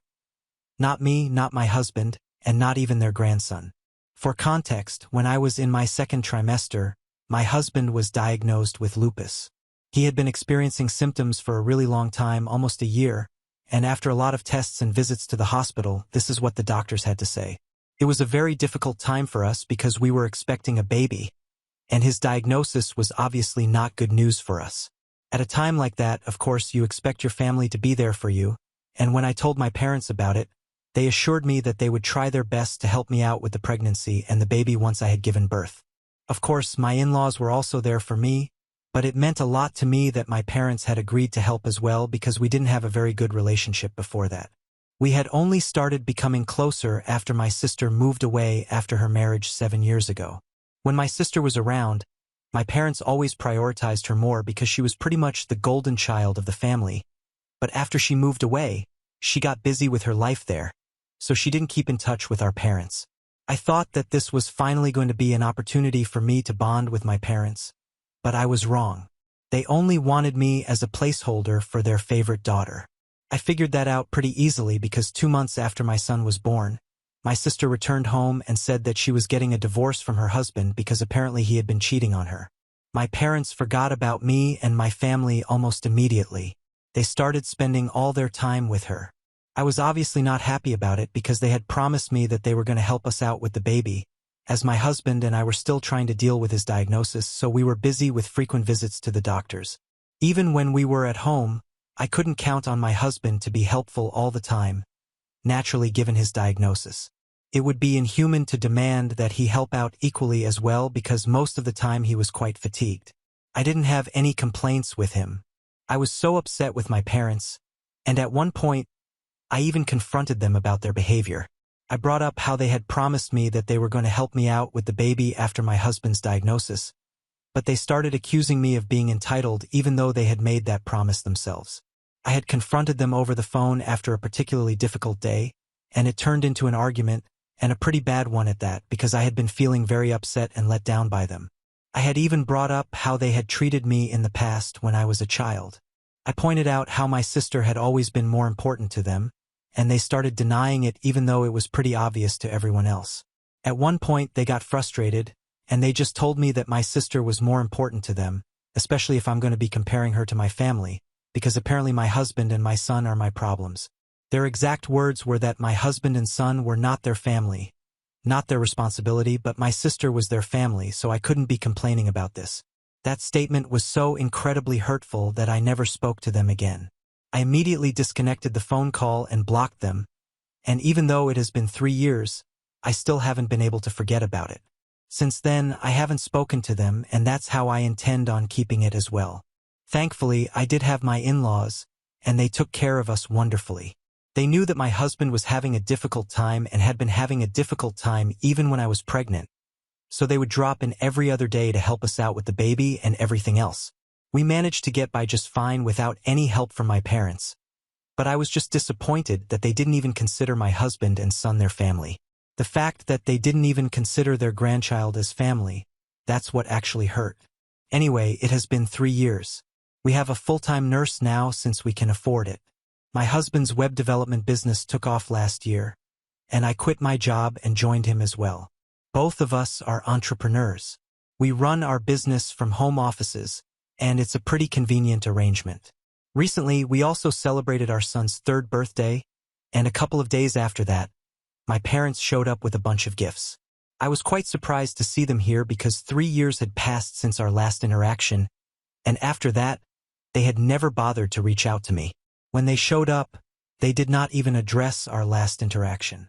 They pretended as if nothing had ever happened, and instead of apologizing, they just started acting very casually and told me that they had come by to meet their grandson because they would finally like a chance to be grandparents. Their behavior was so ridiculous. I just chuckled and shut the door without responding because there was no way that I was going to let them meet my son and give them a chance to be grandparents, especially not after what they had said the last time that we had spoken. I still remember how they had said that my husband and son were not their family or responsibility, so now I wanted them to stick to it. They were obviously very upset about it and did not want to leave, so after I shut the door, they were pretty loud about the whole thing and were trying to get me to open the door again so we could just have a conversation and clear the air. But I wasn't interested in speaking to them at all, so I pretended that I couldn't hear them until they went away. My in-laws and husband could hear that entire interaction, but they did not say anything until I had cooled off a bit. About half an hour after my parents had left, they decided to speak to me, and they told me that even if I did not want to give my parents a chance to meet my son now, they would advise me to speak to them at least once. My husband and his parents believe that rather than acting out of anger, I can think about things with a cool head and at least give them a chance to explain themselves because even though it has been 3 years, they did show up. They believe that if I don't even give my parents a chance to clear the air with me, I might end up regretting it in the future. If I do speak to them, whether or not it works out, at least I'll have the satisfaction of knowing that I gave them a chance, and they were the ones who screwed it up, but I did what I was supposed to do. They were not imposing their beliefs on me or anything. I know for a fact that they were just giving me advice that came from a place of concern for me, and I really appreciate that. But honestly, I just don't want to talk to my parents. I don't feel ready for that, and I really don't think that I need that kind of drama in my life right now because my parents and I have always had a very hot and cold relationship. After that last fight that we had, I had made up my mind that I was never going to speak to them unless they apologized to me sincerely, and that hasn't happened yet. They just showed up, and they did not apologize for anything. Even if they do apologize, I'm going to take a long time to judge if they actually mean it or if it's just because they want to have a relationship with their grandchild. So it's not even like I'm going to forgive them immediately. I'm going to take my own sweet time, and I think that I've earned it. After all, they have never treated me well, and my sister has always been their priority. But at the same time, I do feel like my husband and his parents have a point that I might end up regretting it in the future if I don't even give them a chance to explain themselves and make it right with me. So I'm kind of confused right now. Am I the jerk for not wanting to talk to my parents now after 3 years of no contact? Update 1. I thought about it. I went through all the comments and stuff as well, and thank you so much for that, by the way. But coming back to what I decided, I know that I'm not ready to talk to my parents yet. Emotionally, I'm still extremely hurt by their behavior, and I had decided that I was not going to speak to them unless they apologized, which has not happened yet. I still haven't received an apology from them, and until that happens, I'm not going to be talking to them. They had their chance to apologize that other day as well when they showed up. They were trying to talk to me from outside the door after I shut them out, and they insisted that we could clear things out, but the one thing that they were supposed to say was that they were sorry. They didn't say that, so it's fine. I have spent the past 3 years without any contact with them, and I can spend the next 3 this way as well. I've spoken to my husband and his family about it as well, and let me just make it clear, there was no bad blood between us in the first place. We are not fighting about this. They were only giving me advice because they were concerned about me. They know how upset I had been when my parents decided to reach out to me after we had that fight last time. So there's no argument. They are not forcing me, and there is absolutely no pressure on me. I just felt like I had to make that clear judging by a few comments that people had made about my husband and his family. He and his parents are really nice people. They would never force me to do something that I'm not ready for right now just for the sake of family. When I explained my side of things to them, and I told them that I was still not ready to talk to my parents yet, they were very understanding about it. They told me that even if I didn't feel ready at any point later on as well, they would not have a problem with it. They only wanted me to know that whatever I decided, they knew that it would be the best, and they would respect that decision. It's been a couple of days since they visited, almost a week, and they haven't made any second attempt to contact me yet. I don't even know why they suddenly tried to reach out to me after 3 years. But anyway, I have a feeling that they might try again. If they don't, that's great, but if they do, I won't entertain them unless they apologize to me first. Update 2. Hi. So earlier this week, my sister got in touch with me. I hadn't blocked her, so she texted me on Instagram and told me that she really wanted to have lunch with me because she was in the vicinity. She and I don't really have any bad blood, to be honest. We have just never been very close. We had our differences as teenagers, but after that, things have been calm. Initially, I was a bit skeptical about having lunch with her, but her message sounded sincere, so I agreed. In the past 3 years, it's not like I've been completely no contact with her as well. We have had some interactions. We usually just wish each other on birthdays or on the holidays, so it wasn't that awkward to see her even though I knew that she was going to talk about our parents at some point. She made some small talk. She told me that her divorce had been finalized 2 years ago, and since then, she's been staying here but hasn't had the opportunity to sit down and talk to me because she's been very busy. Both of us were aware that that was not true. We just didn't want to make time for each other because we are not close. But actually saying that would have been awkward, so I was fine with what she went with. She told me that for the first year after she moved back here, she stayed with our parents, but after that, she got a house in the suburbs, and since last year, she's been staying there with her boyfriend. She told me that she got engaged last month. She hasn't announced it on social media yet, but she will soon. I congratulated her, and I genuinely was happy for her because I knew that she really had been in love with her ex-husband. But then he ended up cheating on her, so I was glad that she was moving on. After talking about these things, she finally brought up our parents. Now, this is where it got really confusing for me because I had assumed that she would speak in favor of our parents because she always got along well with them, and why wouldn't she?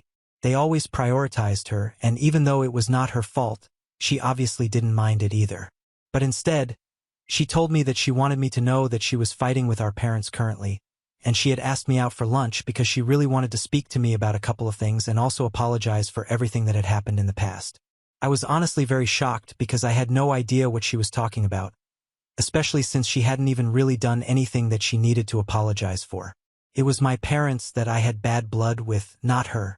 But she explained to me that for the past couple of days after she had that fight with our parents, she had been feeling really guilty about how she herself had also treated me because it was no big secret that our parents preferred her. Even she herself was quite aware of it. She wanted to apologize to me for never doing anything about it, but I told her not to be silly because honestly, what could she even do? This was something that was a problem with my parents, not her.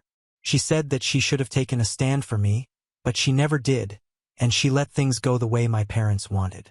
But I told her that I didn't blame her for it, so there was no reason for her to feel apologetic, even though I really appreciated the fact that she was addressing this.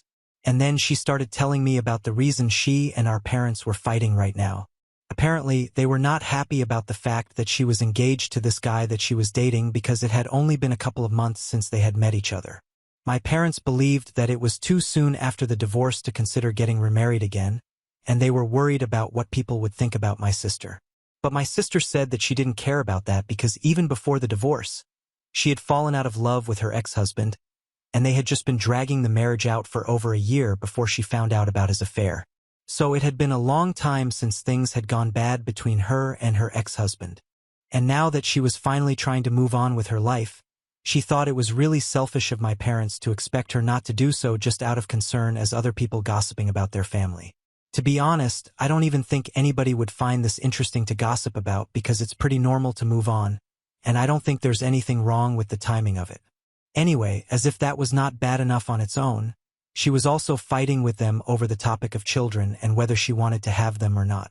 I don't even understand how she is still answerable to our parents because she's an independent woman. She doesn't owe them any grandkids. But anyway, while they have been arguing about whether it's right for her to get engaged at this time or not, our mom tried to speak in her favor to convince our dad, saying that at least her decision to get married would mean that she would have kids and start a family at some point soon because she's in her early 30s, and it's about time that she starts thinking about her biological clock. So naturally, my sister had to tell our parents that she was not planning on having kids at all, not just for now. She planned on leading a child-free lifestyle altogether. And that's what they have been extremely upset about because they were already pretty annoyed with her because she had decided to get married so quickly after the divorce. On top of that, she had now also told them that she did not plan on having kids. That's why they have not been on speaking terms because the last fight was pretty intense. While she was telling me about it, she finally broke down at the restaurant, and I had to start trying to comfort her because she was obviously not taking this well, and I understand. All our lives, she had never done anything to disappoint our parents. In fact, she had told me that even when she had started having trouble in her previous marriage, she had spoken to our parents about it but had decided to stay in spite of the carelessness her ex-husband would treat her just because our parents thought that it would be the right thing to do and divorce was not the solution. But that had obviously not ended well. Her ex had already been pretty toxic to her, and they used to fight almost daily, and then that marriage ended with an affair. So this time, she had decided that she was going to do things her way, but that had come at the cost of disappointing our parents. She told me that she really loved them. She did not want to lose them, but she also couldn't continue living her life on their terms, especially when it was about significant things like this, marriage and kids. Even in her previous marriage, they had been trying to tell her that having a kid would solve all their marital problems, but she had really dodged a bullet there because her ex-husband had apparently been very toxic, so having a kid with him would have just made everything worse. She confided in me that she had never wanted kids in the first place, and a lot of decisions that she had made so far had already been on the basis of pleasing our parents. Even her decision to go to college and get a degree in business had been based on what our parents had wanted. Her entire life has been dictated by our parents, and now she just wants to do what she wants. The way she had broken down and sobbed while I tried to comfort her, I actually felt so bad for her. This was a grown woman who was finally breaking down and talking about years of trauma, and I felt terrible that I had always just assumed that her life was probably perfect, but it obviously wasn't. She was just constantly trying to survive the pressure that our parents put her under, and somewhere along the way our parents had driven a wedge between the two of us as well. I decided that I was not going to let it go on that way anymore. We had wasted enough of our lives pretending as though we had nothing to do with each other. But the truth was, we were sisters, and our relationship had only been ruined because of our parents. I wasn't going to let them run our lives anymore, and I told my sister that no matter what the situation was, she could confide in me now. I was glad that she had decided to talk to me after so many years of keeping our distance from one another.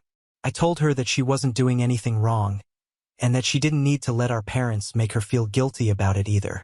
I gave her a bit of a pep talk, cheered her up, and told her that whatever she needed from this point onwards, she had to come to me and forget about our parents' approval because she was old enough now. She could run her life on her own, and so far, obeying our parents hadn't exactly worked out well for her because her previous marriage had obviously been a disaster. And of course, I couldn't tell her for a fact that this marriage would work out well, but even if it turned out to be a mistake, at least it would be her mistake, and she wouldn't end up blaming somebody else for it. I also told her that our parents had tried to visit me a couple of days back, trying to make things right with me so they could have a chance of being grandparents, and I finally understood why they were there. They hadn't come to apologize to me and genuinely become a part of my family again. They were just there because they had realized that they were probably not going to get any grandkids out of my sister, and now that they were sure of that, they wanted to make the most of the opportunity that they had already received but had rejected. It actually boiled my blood because my son is not some placeholder, and I was not going to let them treat my son the same that they had treated me.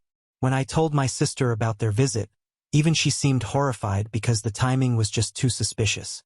They suddenly learned that their favorite daughter was not going to give them a grandchild anytime soon, and all of a sudden, they showed up at my doorstep trying to sneak their way into my son's life. Of course, something was very fishy, and she told me that I had made the right call by not letting them in and forgiving them. And after this, even if I had been considering forgiving them if they had apologized, that's not happening anymore. Anyway, I am really happy that I decided to sort things out with my sister at lunch that day. In fact, I'm actually pretty glad that I decided to agree to that lunch in the first place because I had been quite skeptical about it earlier. But I got to find out a lot of things that I think I should have known, and most importantly, finding out that my sister doesn't have the charm sort of lifestyle that I thought she had previously has been a real game changer. I have obviously spoken to my husband about everything, and my in-laws have also found out what I spoke to my sister about, and now they are strongly against the idea of me making contact with my parents anymore because obviously they were not here with the right intentions. They clearly had ulterior motives, and it was disgusting. Anyway, it has been a couple of days since then, and we have kept in touch. She has told me that she has decided to cut our parents out of her life entirely. Even though earlier she had been hoping for a reconciliation, but after speaking to me, she has realized that they really don't deserve it. Not only did they treat me badly, they haven't exactly treated her well either.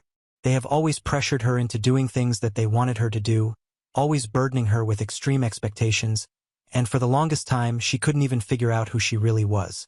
I know it sounds very corny right now, but that's really how it was. Now, though, she's had enough, and I'm glad that she's taking a stand for herself. Our parents need to stay away from both of us and let us live our lives on our own terms. They've messed up enough. Update 3. Hey, so it has been 5 weeks since I had lunch with my sister, and we have been speaking every day since then. I'm really glad that we're doing this because honestly, I think both of us needed this, but we hadn't even realized it until now. That conversation that I had with her over lunch the other day, I think it really made us realize how badly our parents have treated us both. So now, when last week our parents decided to get back in touch with us, we were the ones to shut them out. This time, they had tried to reach us through email since we had blocked them everywhere else, and even then, they acted as if they were doing us a huge favor by trying to talk to us. The tone of their email was pretty condescending, and we did not need that, and so we ended up blocking that as well after replying that we would really appreciate it if they stayed away from us at this point onwards. Honestly, both of us had spent a really long time trying to win them over, but there was no winning with them.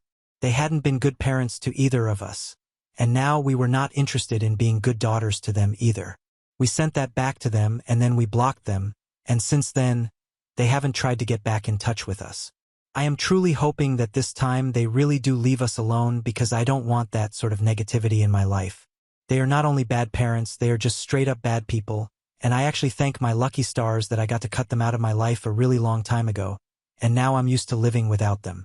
For my sister, it's been a bit different because she was actually really attached to them, but honestly, I think it was more like Stockholm Syndrome or something.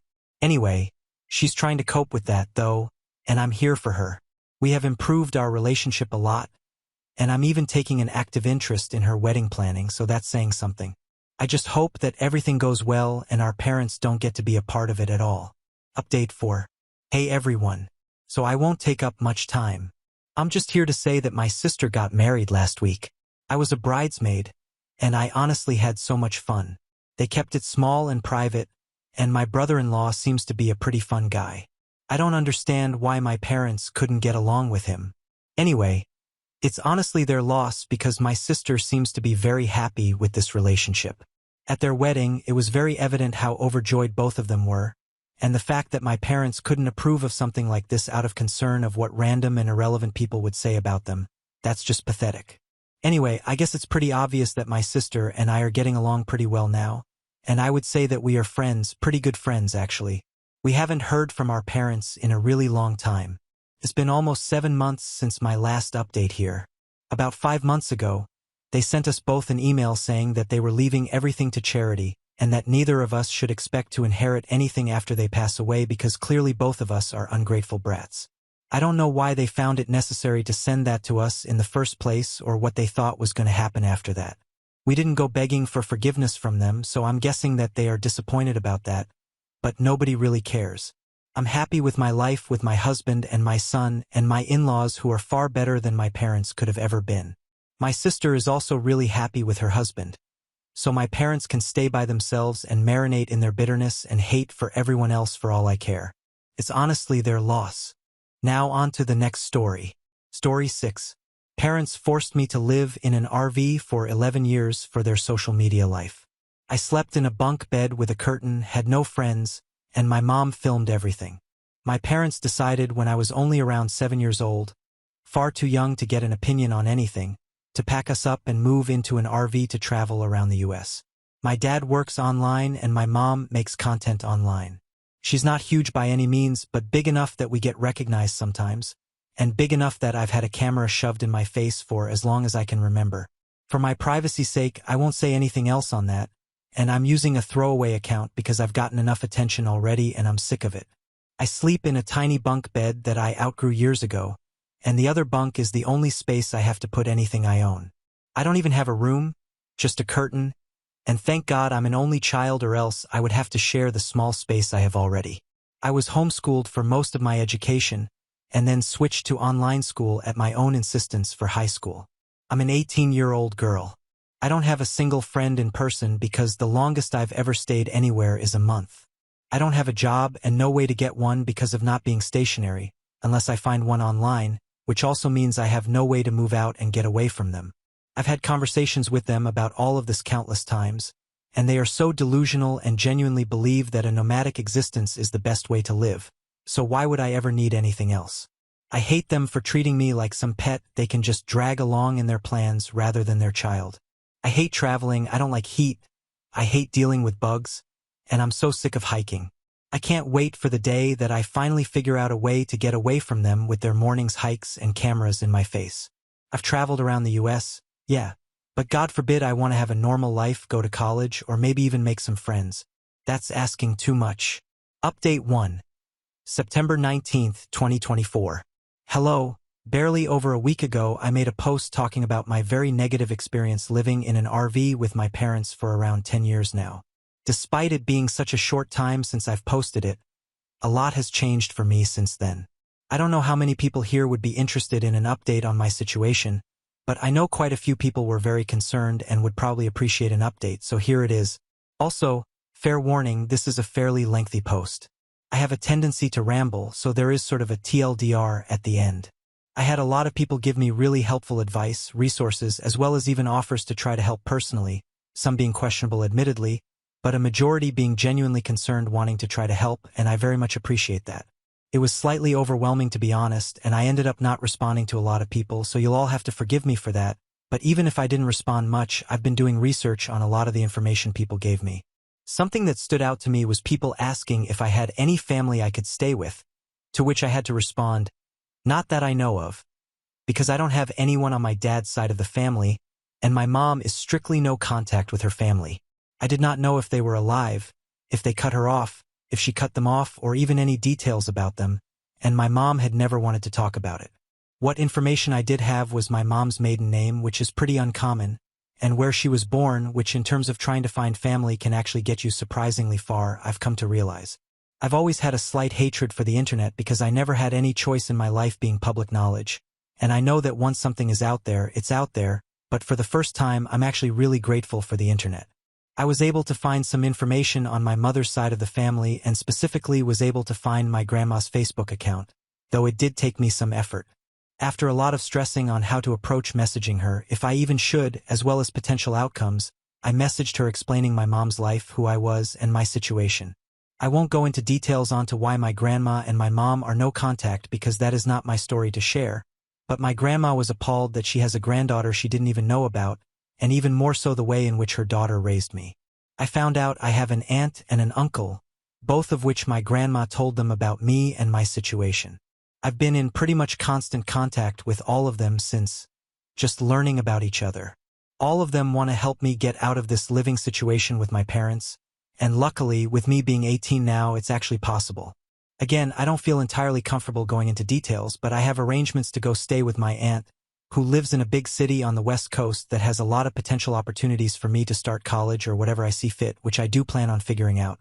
College, happy to announce, my uncle has kids, but my aunt lives on her own and has a spare bedroom, which she has no problem letting me stay in for as long as necessary.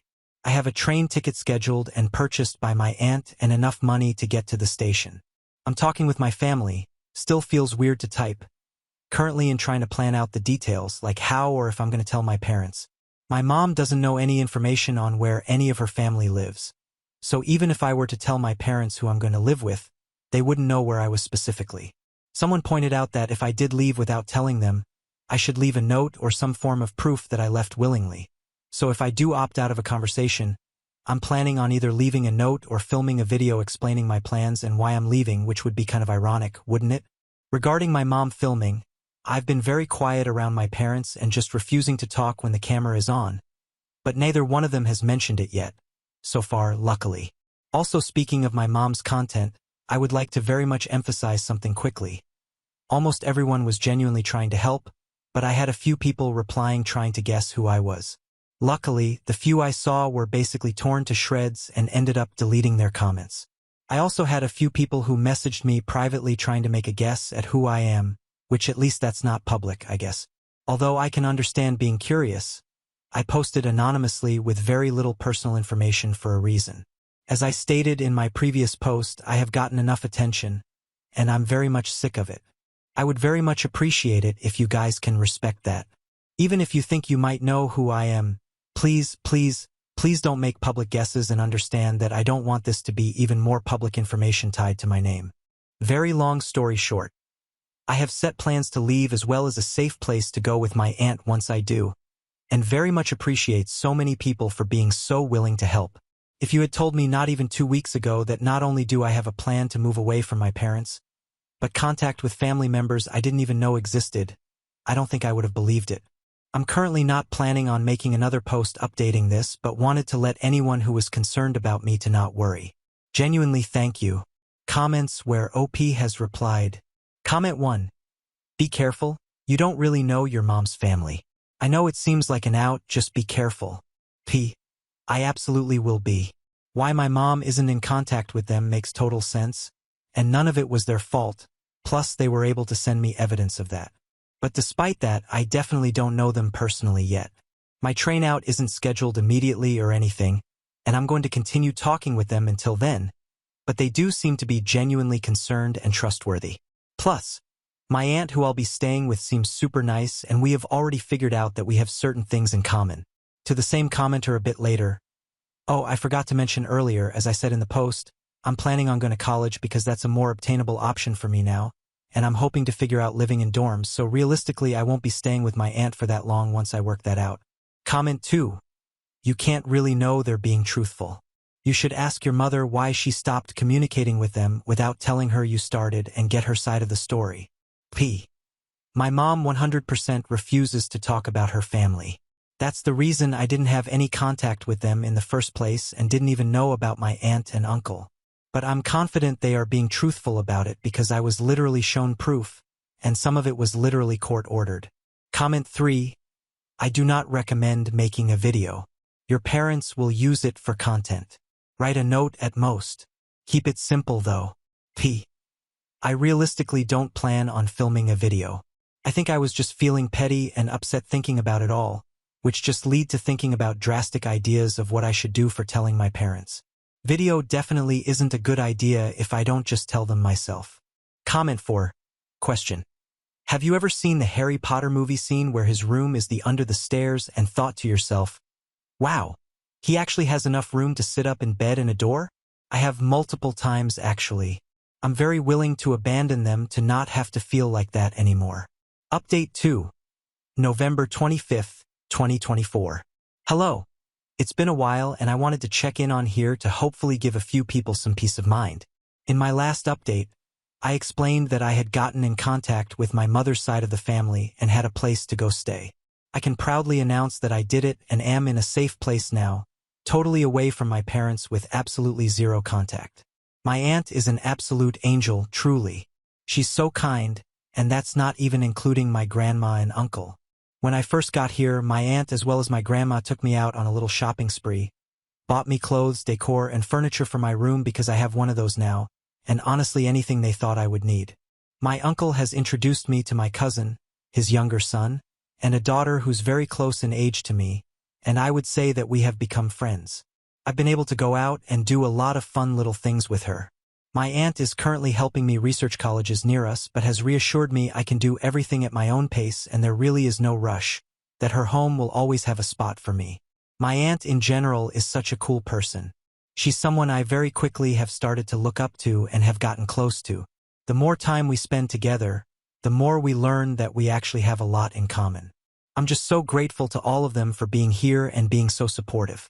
My aunt is also really helping me figure out who I am as an individual. For the first time, I'm in charge of my identity, what I share, and who I share it with. I dyed and cut my hair, got a nickname, and have been exclusively going by it. My cousin is currently on a journey to help me learn about what makeup I like. She's also introducing me to her favorite music groups, as a self-proclaimed, cringe but free K-pop fan. I have an entirely private Instagram account with all of 5 followers, and I plan on keeping it that way. I just feel like a normal teenage girl for once, and I've never felt happier. When I look in the mirror or just think about my life in general, I'm actually happy with it. I guess I never realized that I wasn't comfortable in my identity as a person because honestly, I had bigger things to worry about. This is all more than I could have ever imagined. And honestly, I have a hard time even processing it sometimes. I am officially in therapy though, so maybe I can start working that as well as processing my past and how it plays into my identity in the future. My new therapist is actually the part of the reason I'm making this update. She thinks that posting this could be a good way to get closure to a certain extent, as sort of a way of acknowledging what I went through but also moving on into my new life because I have my whole future ahead of me. One that I am very excited to experience. So keeping that in mind, this will be my final update on here. I want to be able to enjoy my life and future while keeping my privacy. A lot of people really wanted me to share my story more, expose my past, but at least for now I've decided against that. It's my story and I can choose to share it or not. For once, I have control over who gets to know what information about me, and I'm not willing to give that up yet. But I suppose I don't know what the future holds, so I'm asking as nicely as possible that people please respect that. I absolutely appreciate the support and advice so many have given me, and just know I'm safe. I can honestly say that I'm happy. I'm planning out my future, what I want to do with my life, and who I am beside just a persona on camera. So thank you so much for everything and goodbye. Now on to the next story. Story 7. Dad skipped my graduation for a vacation with his new girlfriend. So I cut him off, but 6 months later, he showed up begging me to help after she's suing him for $30,000. Hi. So, I, 22F, cut my father out of my life 6 months back when he decided to skip my graduation ceremony, even after promising for months that he would be there no matter what. I might have even forgiven him if he had skipped it due to some actual emergency, but he skipped it because he was out for a vacation with his new girlfriend and her son. So, at my graduation ceremony, it was just me, my mom, and my brother, and he didn't even have the courtesy to inform me beforehand. My mom and I kept waiting for him to respond to my phone calls and messages before the ceremony. and when he finally did, he told me that he was not even in the country.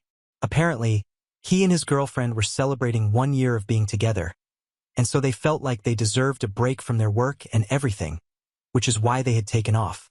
He told me that my graduation ceremony had completely slipped his mind, but I did not believe it. I know for a fact that he remembered it but chose not to attend on purpose. Of course, after something like that, I did not want him to be part of my life anymore, and when, after he returned from his vacation, he tried to get in touch with me, I told him that I did not want to speak to him anymore. Since then, we have not been on talking terms, and it's been 6 months. Initially, he tried to visit me a couple of times, but I made it very clear to him that he was not welcome in my home anymore, and after that, he stopped trying to make things right with me. But all of a sudden, last week, he showed up yet again, and this time it was to ask me for my help because apparently he has been slammed with a lawsuit by his girlfriend, and he needs me to testify in his favor. When he showed up last week, I refused to open the door to him because so far he hasn't apologized to me even once. He just keeps trying to justify everything.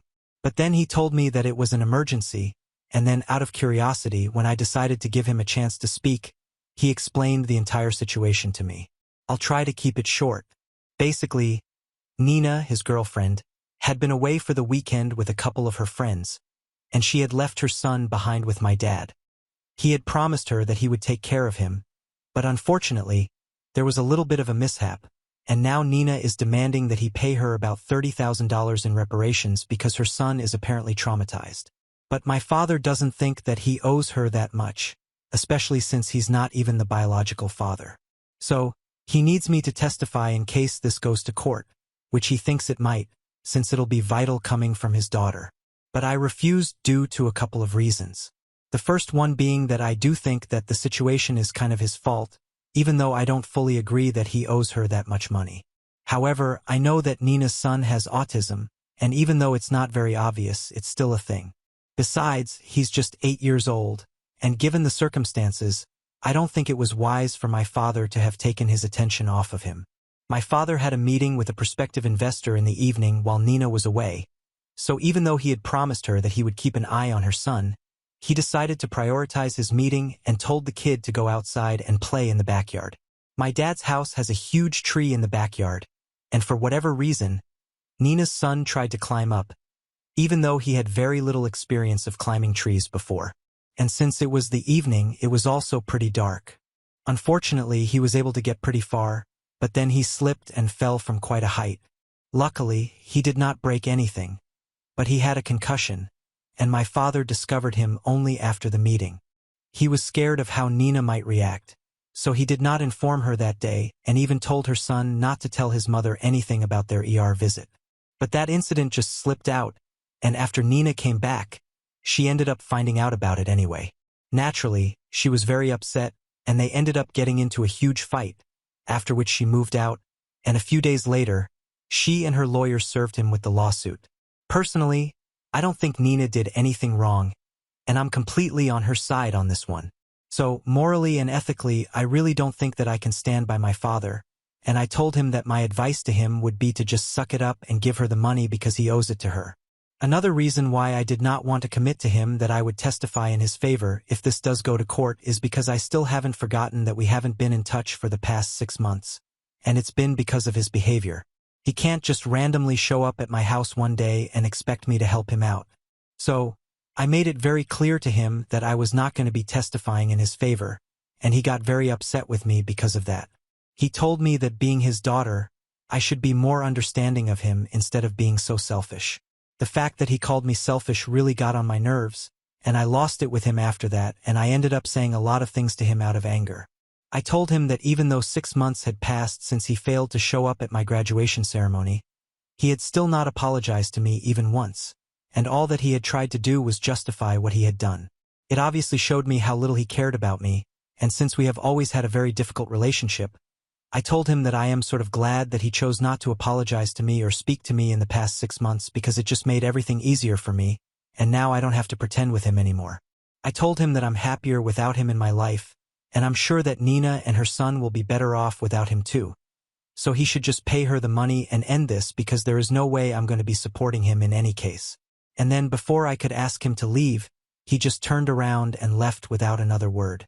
I did not think this was a big deal because honestly, I was really upset, and I didn't even know what he had been expecting anyway. 3 days after that, my mother called me, and after some small talk, she asked me about the fight with my dad, and I told her everything. She told me that my father had spoken to her as well, and even though they are not exactly the best of friends, he had expressed how disappointed and let down he had felt when I had said that I was better off without him in my life. My mom told me that when he had called her up, he had been crying, and that came as a bit of a shock to me because my dad is not the kind of guy who cries easily. But apparently, since this is too personal to be shared with any of his friends, he spoke to my mother and told her that he is really struggling financially right now because he quit his job a couple of months ago and is relying on his savings right now because he's planning on starting his own business. And now with the lawsuit and everything, he has to think about double the expenses that he had factored in, and all his finances have been thrown off. Besides, if he ends up losing, there is a very real chance that because of the settlement that Nina is asking for, he might not be able to start his business at all anytime soon, and it'll be huge trouble for him. So, he stands a chance to lose everything that he has worked so hard for, and he's already pretty stressed out because of that, which is why what I said about him made him even more upset. My mother didn't say anything about what I should do, but ever since I found out about the fact that he had called her up and cried, I feel really guilty. I'm not sure if I should feel guilty, but I just do. So, I am here for some clarity right now. ITA for telling my father that I am better off without him in my life? Update 1. Hey, so I have made up my mind. I don't think I'm going to apologize to my father because while I can understand that he is going through a tough situation right now, I don't think he has earned my apology. Besides, even he hasn't apologized to me for skipping my graduation so he could go on that trip with Nina and her son. Even in the beginning, when I had expressed how upset I was that he hadn't even bothered to let me know until the very last minute and had given me false hopes for months, he had only tried to defend himself. As I had already mentioned in my original post, my father and I do not share a good relationship anyway, and this was pretty much the last straw for me. So, I don't think that I'm doing the wrong thing by choosing to stay away from him. I even told my mom about it, and she told me that this is between me and my dad, so she has no opinions on it. She can understand why I am choosing not to apologize, and she wants me to know that it's going to cost my relationship with my dad. But if I'm ready to deal with that, then it's fine. She has maintained a pretty neutral stance on this, and I respect that. Contrary to popular belief, no guys, she hasn't been pressuring me to apologize to him, and I was the only one who had been feeling guilty. She did not say anything to make me feel guilty. I'm sorry if it came off that way in my original post. And yeah, my parents are still in touch because even though I'm grown up now, I still have my 14-year-old brother, and they're co-parenting him, so they have to stay in contact. And that is why my father had decided to call my mother up and talk to her about me and whatever I had said to him. Even apart from that, their divorce had been a mutual one, and there is no bad blood between them, so it's quite understandable that he had decided to speak to my mother about it. I can assure you guys that he was not trying to turn my mother against me, and even if he had, it was not going to work anyway. I thought about the situation for a really long time, and I spoke to a couple of people about it too, and eventually I just decided that I had nothing to feel bad about because ultimately he had screwed up not just with me but also with Nina and her son. So whatever he was going through right now, it was his own fault. And now coming to what exactly he had been saying to me to defend himself instead of apologizing for skipping my graduation. This was not directly relevant to the situation, so I hadn't gone into the details, but since a lot of you want to know exactly what happened, here it is. About 3 months before my graduation, I started asking my dad if he would be free to attend or not because he's usually really busy with work. As I had said, he had recently quit his job, so he was working on building his business model, speaking to investors, and all that jazz. This is why he was hardly ever available, so I had to keep reminding him and asking him about whether he would be present at the ceremony or not, and he constantly told me that he definitely would be there. So naturally, I had expected him to be there after he had promised it to me. But then when I started trying to call him on the morning of my graduation ceremony and he chose to respond to me after almost an hour just to tell me that he was not even in the country and was on vacation with Nina and her son, it broke my heart that day. I did not want to ruin the vibe of the event, so I didn't even argue with him. I just hung up and blocked him. Even later, when I did unblock him, I expected him to apologize to me, but he just kept justifying everything, telling me that it had all slipped his mind, even though I knew it was not possible. Even 2 weeks before the event, I had asked him if he would be there, and he had said yes. So how was it possible that it had just slipped his mind? And even if for a moment I decided to entertain the possibility that maybe he had actually forgotten, it still didn't make sense that he had the time to go out with Nina and her son. But he didn't have enough time to spare for us because in the past couple of months, even my brother has hardly ever visited him, even though according to the custody arrangement, he is supposed to spend alternate weeks with our dad. But my father had been canceling that too. At least with my brother, he had spent some time when my brother was younger because both of them were really into sports. Unfortunately, I don't have any common interests with my dad, which is why I have always been very distant from him. But I have always tried my very best to include him in my life. He was the one who never showed any interest, and now he has even started distancing himself from my brother. It hurts all of us, and even my mother has tried to fix the situation, but there's only so much one can do. Even after missing my graduation, he kept making excuses for himself and trying to defend what he had done by saying that he was too busy with work and that's why he had forgotten. And then later on, he started telling me that he and Nina had been working really hard, so he deserved a break, and I couldn't hold that against him, which is just much worse as an excuse. The bottom line is, he has failed both his children, and that's why I don't feel very inclined to apologize to him or feel sorry for him. All of this has been a choice. He's definitely not a victim in any sense of the word. Update 2. So because I'm not talking to my dad and he's also been blocked for a really long time, he decided to continue speaking to my mother about this. My mother is usually a very non-confrontational person, which is why she maintained a neutral stance on this all along. She had made it clear that she did not want to get involved. She only passed on the message to me because she was just casually sharing her conversation with my dad with me. She did not intend on pressuring me to apologize to him or whatever, but now my father is trying to get her to do that, and she's not on board with it. It has been more than a week since he visited me, and I haven't been speaking to him. So even though he was behaving normally in the initial few days, a couple of days ago he started pestering my mother. This morning she called me and she sounded really annoyed. So she told me that my dad had apparently been calling and texting her nonstop for the past couple of days, and he was trying to get her to convince me to testify in his favor in case this went to court because right now they are trying to sort it out in mediation, but both of them are getting stuck and things are not looking too good. But my mother has been telling him that she does not want to get involved, that this is between me and my dad, and she doesn't want any part of it. He just doesn't get it though, and apparently last evening they got into a really ugly fight, and even my mother ended up telling my dad off about how he had been behaving and that she wasn't surprised that I had decided to cut him out of my life and was not going to help him out because he had never put in the hard work to build a relationship with me in the first place. So now he couldn't just expect me to bend over backward for him. That was unfair and unreasonable of him. On top of that, his expectation that my mother would step in and convince me to testify in his favor when I had made it so clear that I did not want to do it was unreasonable too because at least she was just trying to be neutral and keep things peaceful between the two of them. But given the circumstances, she had every reason to be upset with him too because he had been extremely absent from his children's lives for a really long time now. My mother had been trying to be patient and understanding with my father because even though they were divorced now, she still had to raise my brother with him, and even before that, they had been together for a really long time, so she was trying to keep things amicable until now. But after their fight last evening, she really read him the riot act and told him that he had no right to be demanding anything from any of us because he had barely even been there for anybody in the past. He had some sort of a relationship with my brother at least, but with me, forget about it. He had never even tried. And my mother told him that she had been trying to keep her opinions to herself because she did not want to make the situation worse for either of us in case we wanted to work on it at some point. But now she could see that even if I were open to working things out with my father, it would never work because my dad was too selfish and deluded to even see that. That's why he hadn't even been there for me at my graduation ceremony in spite of promising me for months that he would be there. His priorities had always been different. At first, it had been his family, and now even though he is with somebody different, it's still difficult for him to prioritize his loved ones.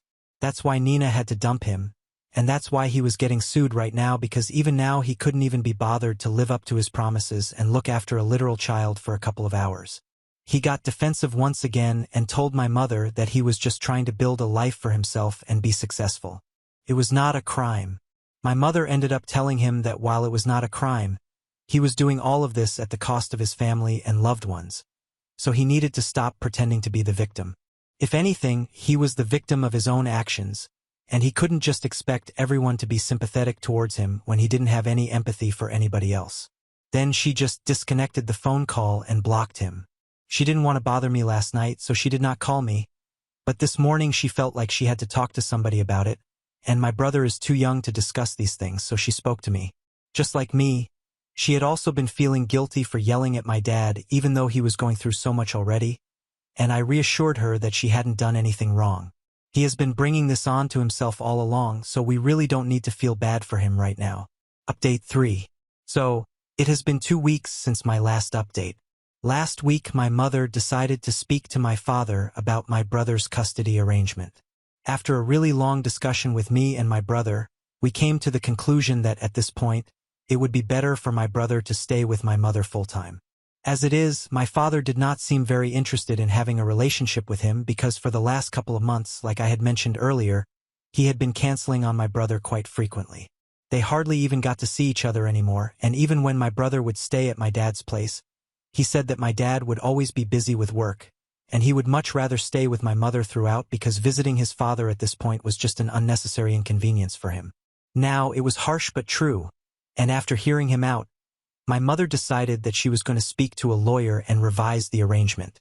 There's no need to do it formally because I'm pretty sure that my dad wouldn't have minded it anyway since he hasn't even asked about my brother in the past couple of weeks, and neither has he seen him. But my mom wanted to go through with it legally because my brother is still 14 and there's still 4 years to go before he is an adult. She doesn't want to leave anything up to chance, so just to be on the safe side, she's going through the trouble of speaking to a lawyer about this, and I totally get it. She's just looking out for my brother and herself. She is even being lenient enough to let my father have visitation rights, even though in my opinion, right now he totally doesn't even deserve it because of how emotionally distant he has been from everyone. My brother wasn't happy that this was going to happen, but even he agreed that it had to be done because of how complicated things had become anyway. Her terms seemed fair enough, so she has already spoken to a lawyer, but just so that she doesn't end up blindsiding my father, she decided to tell him about her decision as well. For that, she needed to unblock him and speak to him on the phone, and that did not go well. After she spoke to him on the phone and informed him about her decision, he started yelling at her and accusing her of trying to turn all his children against him. He said that the reason I was no longer on speaking terms with him was because of her, apparently, which was just absurd because it is definitely because of my father himself. My mother has nothing to do with it. But my dad said that if my mom had at least tried to talk some sense into me, maybe I wouldn't have acted like this. I thought it was really stupid of him to say that, but anyway, my mother did not want to drag out the fight, so she just hung up as soon as he started yelling at her, and she thought that it would be the end of the fight. But of course not. The day after that phone call, he showed up at my mom's house and started demanding an explanation as to what she was doing. She refused to let him in, and he had a full-blown meltdown on the front porch. After trying to kick the door out of anger for almost 3 whole minutes, my mother found it really scary, so she ended up calling the cops, and now she's even considering getting a restraining order against him because he is clearly unstable. It's sad, but it has to be done. On top of that, he hadn't even left me out of this and sent me a message from a burner phone saying that I was an ungrateful and useless daughter, and he was disgusted that he had to be related to somebody like me. In that message, he said that he was really glad that he had never bothered to build a relationship with me because it would clearly not have been worth it since I don't understand what it means to be grateful to people for whatever they have done for us. I don't understand what he was going on about because whatever he had done for me as a father was the bare minimum. If he is talking about raising me, he was hardly even there for the job, and he can't say that he was too busy working, which is why he never had time for me. My mother was a working woman too, and yet she always seemed to find time for her children. The truth was, he's just never been ready to have a family, and even now he's not ready. I don't have to be grateful to him for anything. Whatever he did for me as a parent was what he was bound to do, and as soon as I turned 18, he practically forgot that I was his daughter. So he was only there for me out of obligation, not because he loved me as his daughter, and since that's the case, he has no right to complain that I don't value him as my father because he was hardly ever there for me anyway. Update 4. Hi. So, it has been a couple of weeks since my last update, and my dad decided not to fight her for my brother's custody. About 2 weeks after my last update, My dad reached out to my mother through his lawyer and said that he was ready to agree to the terms of the custody arrangement. She was a bit taken aback, but then she received a message from my father via email saying that he just didn't want to have any drama in his life anymore. So he was ready to agree to whatever she thought fit, and even in the future if she didn't want their son to be seeing him anymore, she was free to arrange that as well. It was very depressing to read that email because honestly, it painted him like the biggest victim on this planet, and that was really not the situation right now. He was just having to face the consequences of his own actions. But anyway, my mother decided not to reply to it and indulge him. She ignored it, but she has that message saved so in the future if he tries to do anything funny, she will have that. In the same email, he had also mentioned that he had agreed to Nina's terms as well and was paying her the settlement that she had wanted so that it wouldn't end up going to court. The last part of that message, I think he sent that to both me and my mother, and I'm guessing he sent that to Nina as well just from the tone of it, but I'm not sure because she and I are not close, so I can't find out. Anyway, the last paragraph from that email is something that he also sent to me, and it basically said that he didn't want us reaching out to him ever again because now he only wanted to focus on his business, and he didn't want our drama ruining and disrupting his life again. He said he's done with us females and the drama that we bring for no reason, so he wants us to stay away for the sake of his own peace. And the way he put that makes me think that he probably sent that to Nina as well. But anyway, he has some guts sending that to us after he created so much drama for no reason. It's crazy how delusional he is that even after so much has happened, he literally cannot see that he is the problem here and not us. My mom and I actually ended up having a good laugh at his audacity to say that he doesn't want us to contact him again, as if we were the ones disrupting his life in the first place. Anyway, it doesn't matter because the only person this kind of behavior is going to harm is himself. I'm happy with my life and so is my mother. And even my brother doesn't seem to care anymore. He can stay alone for all I care. We don't care enough to be a part of his life anymore, and I was right all along. We truly are better off without him. Now on to the next story.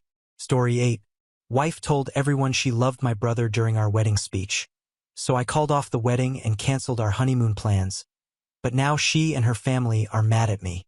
I want to begin by saying that my older brother, Greg, has been my best friend for as long as I can remember. Growing up, he wasn't just a sibling. He was my guide, my protector, and my constant companion.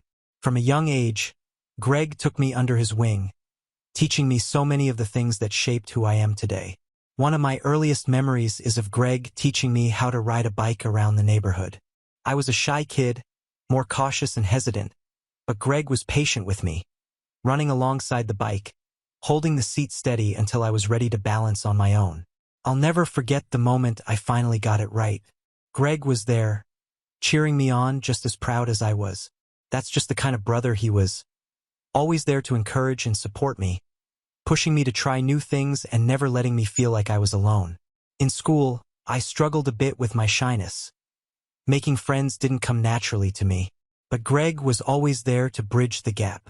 He introduced me to his friends, made sure I was included, and helped me navigate those early social situations that felt so overwhelming at the time.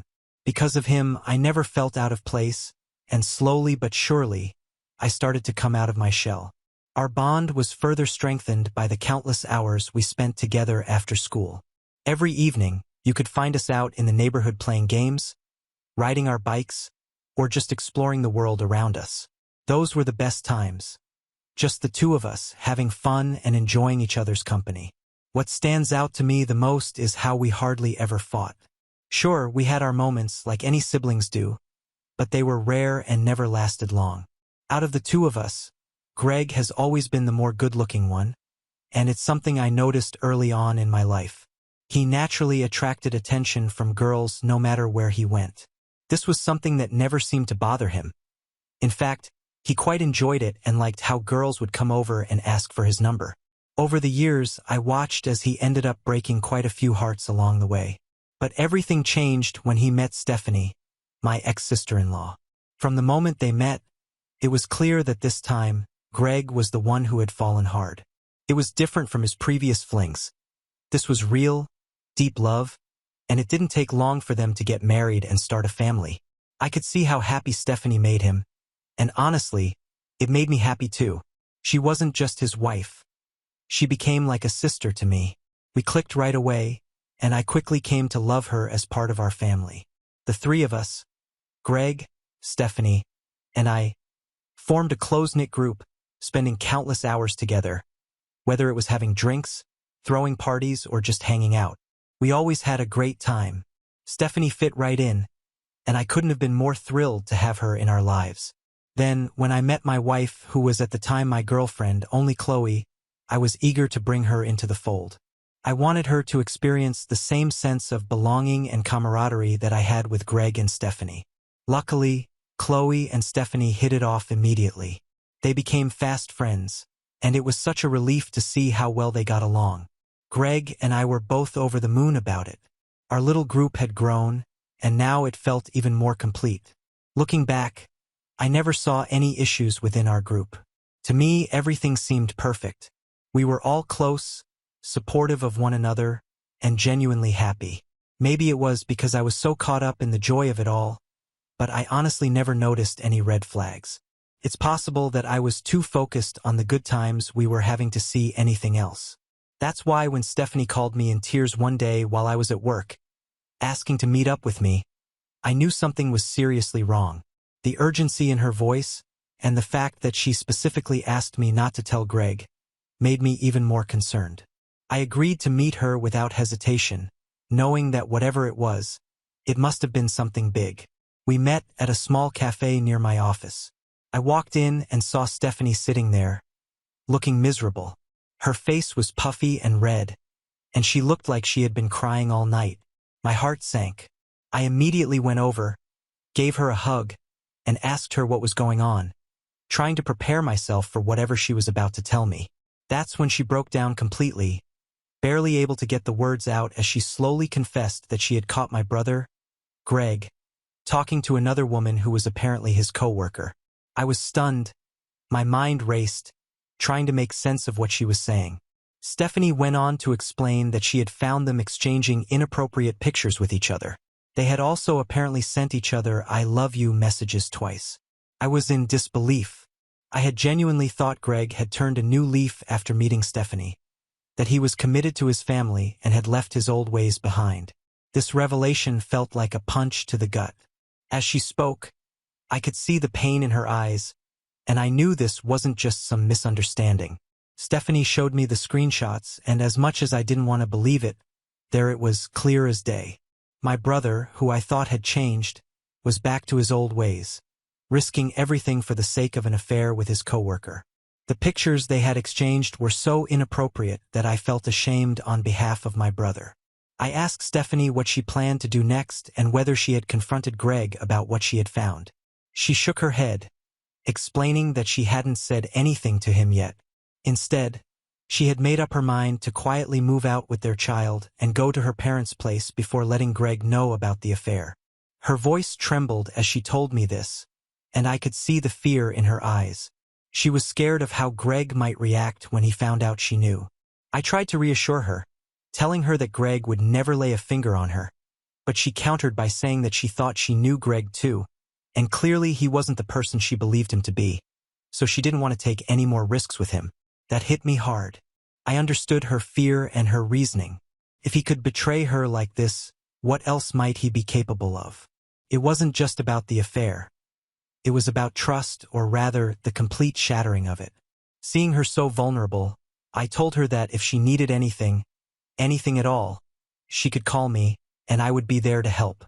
She nodded, still clearly shaken, and I hoped my offer of support gave her some small sense of comfort in the midst of the chaos her life had suddenly become. Then, as if everything Stephanie had already told me wasn't bad enough, she hesitated for a moment, looking as though she was weighing whether or not to say more. Finally, she took a deep breath and told me there was something else I needed to know. Her eyes avoided mine as she spoke, and I could feel a sense of dread creeping over me again. What could possibly be worse than what I just heard? Stephanie then told me that she had come across some very alarming messages exchanged between Greg and my girlfriend, Chloe, as well. My mind struggled to process what she was saying. I frowned in confusion, not quite able to believe what I was hearing. But then she showed me the screenshots, and my confusion only deepened as I looked at the evidence right in front of me. The messages between Greg and Chloe were frequent, far more so than I had ever imagined. They seemed to be talking almost daily, which was odd, to say the least. Stephanie, trying to be sensitive, pointed out that she didn't want to overstep her bounds by speaking about my relationship. However, she couldn't help but notice that despite how close she and I were, we didn't communicate nearly as often as my girlfriend and my brother did. I stared at the messages, feeling a mixture of disbelief and a growing sense of unease. I saw Chloe sending Greg various funny videos, photos of dogs, sunsets, and other random things. On the surface, these seemed harmless enough, but what troubled me was the fact that Chloe never sent me those kinds of messages. It was strange, and I couldn't help but wonder why she was sharing these moments with Greg instead of with me. Stephanie emphasized that this exchange might be completely innocent, but given what she had just learned about Greg's infidelity, she felt it was only right to bring this to my attention. She didn't want me to end up blindsided the way she had been, and I could tell that she was genuinely concerned for me. I could see where she was coming from, and as much as I wanted to believe that there was a perfectly reasonable explanation for the messages, I couldn't ignore the pit in my stomach. I thanked Stephanie for telling me, knowing how difficult it must have been for her to bring this up. I assured her that I would definitely talk to Chloe about it and get to the bottom of what was going on. As I left the cafe, my mind was racing. I couldn't shake the feeling of betrayal, not just for Stephanie, but for myself as well. What if there was more to this? What if Greg wasn't just betraying Stephanie, but me too? I needed answers, and I knew the only way to get them was to confront Chloe and find out the truth. When I finally gathered the courage to confront Chloe about what Stephanie had told me, I approached the conversation as gently as I could. But as soon as I brought it up, her reaction was immediate and intense. She seemed almost offended that I would even think to question her about it.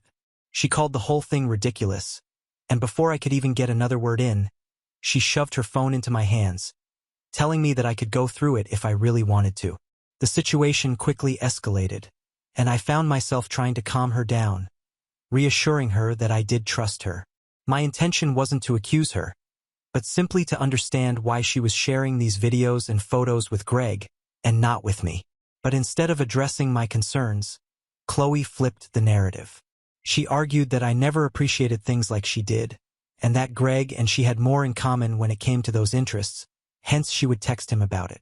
She went on to assure me that she saw Greg as a big brother, just like I did, and insisted that she would never cross any lines. The way she put it, it all sounded so reasonable, and in the heat of the moment, I started to feel guilty for even bringing it up. The last thing I wanted was to seem like I didn't trust her or that I was being paranoid, so I ended up apologizing to her instead, feeling bad for having doubted her in the first place. But now, looking back on that conversation, I realized that Chloe was probably gaslighting me the entire time. I wish I hadn't let her talk me out of my instincts. I should have seen the red flags for what they were, but instead, I let myself be convinced that I was overreacting. If I had let myself believe the signs, maybe things would have turned out differently. Long story short, Greg and Stephanie's marriage ended in a nasty divorce. Despite the overwhelming evidence Stephanie had of his infidelity, Greg refused to admit any guilt. Instead of owning up to his mistakes, he chose to lash out, deflecting the blame entirely. He started telling anyone who would listen that Stephanie was just a gold digger who had married him for his looks and money, rather than acknowledging that he was the one who had destroyed their relationship.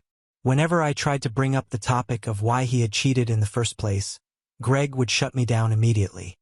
He would get angry and dismissive and would tell me that being married to the same person for years was boring and that I'd understand one day if I ever went through it myself.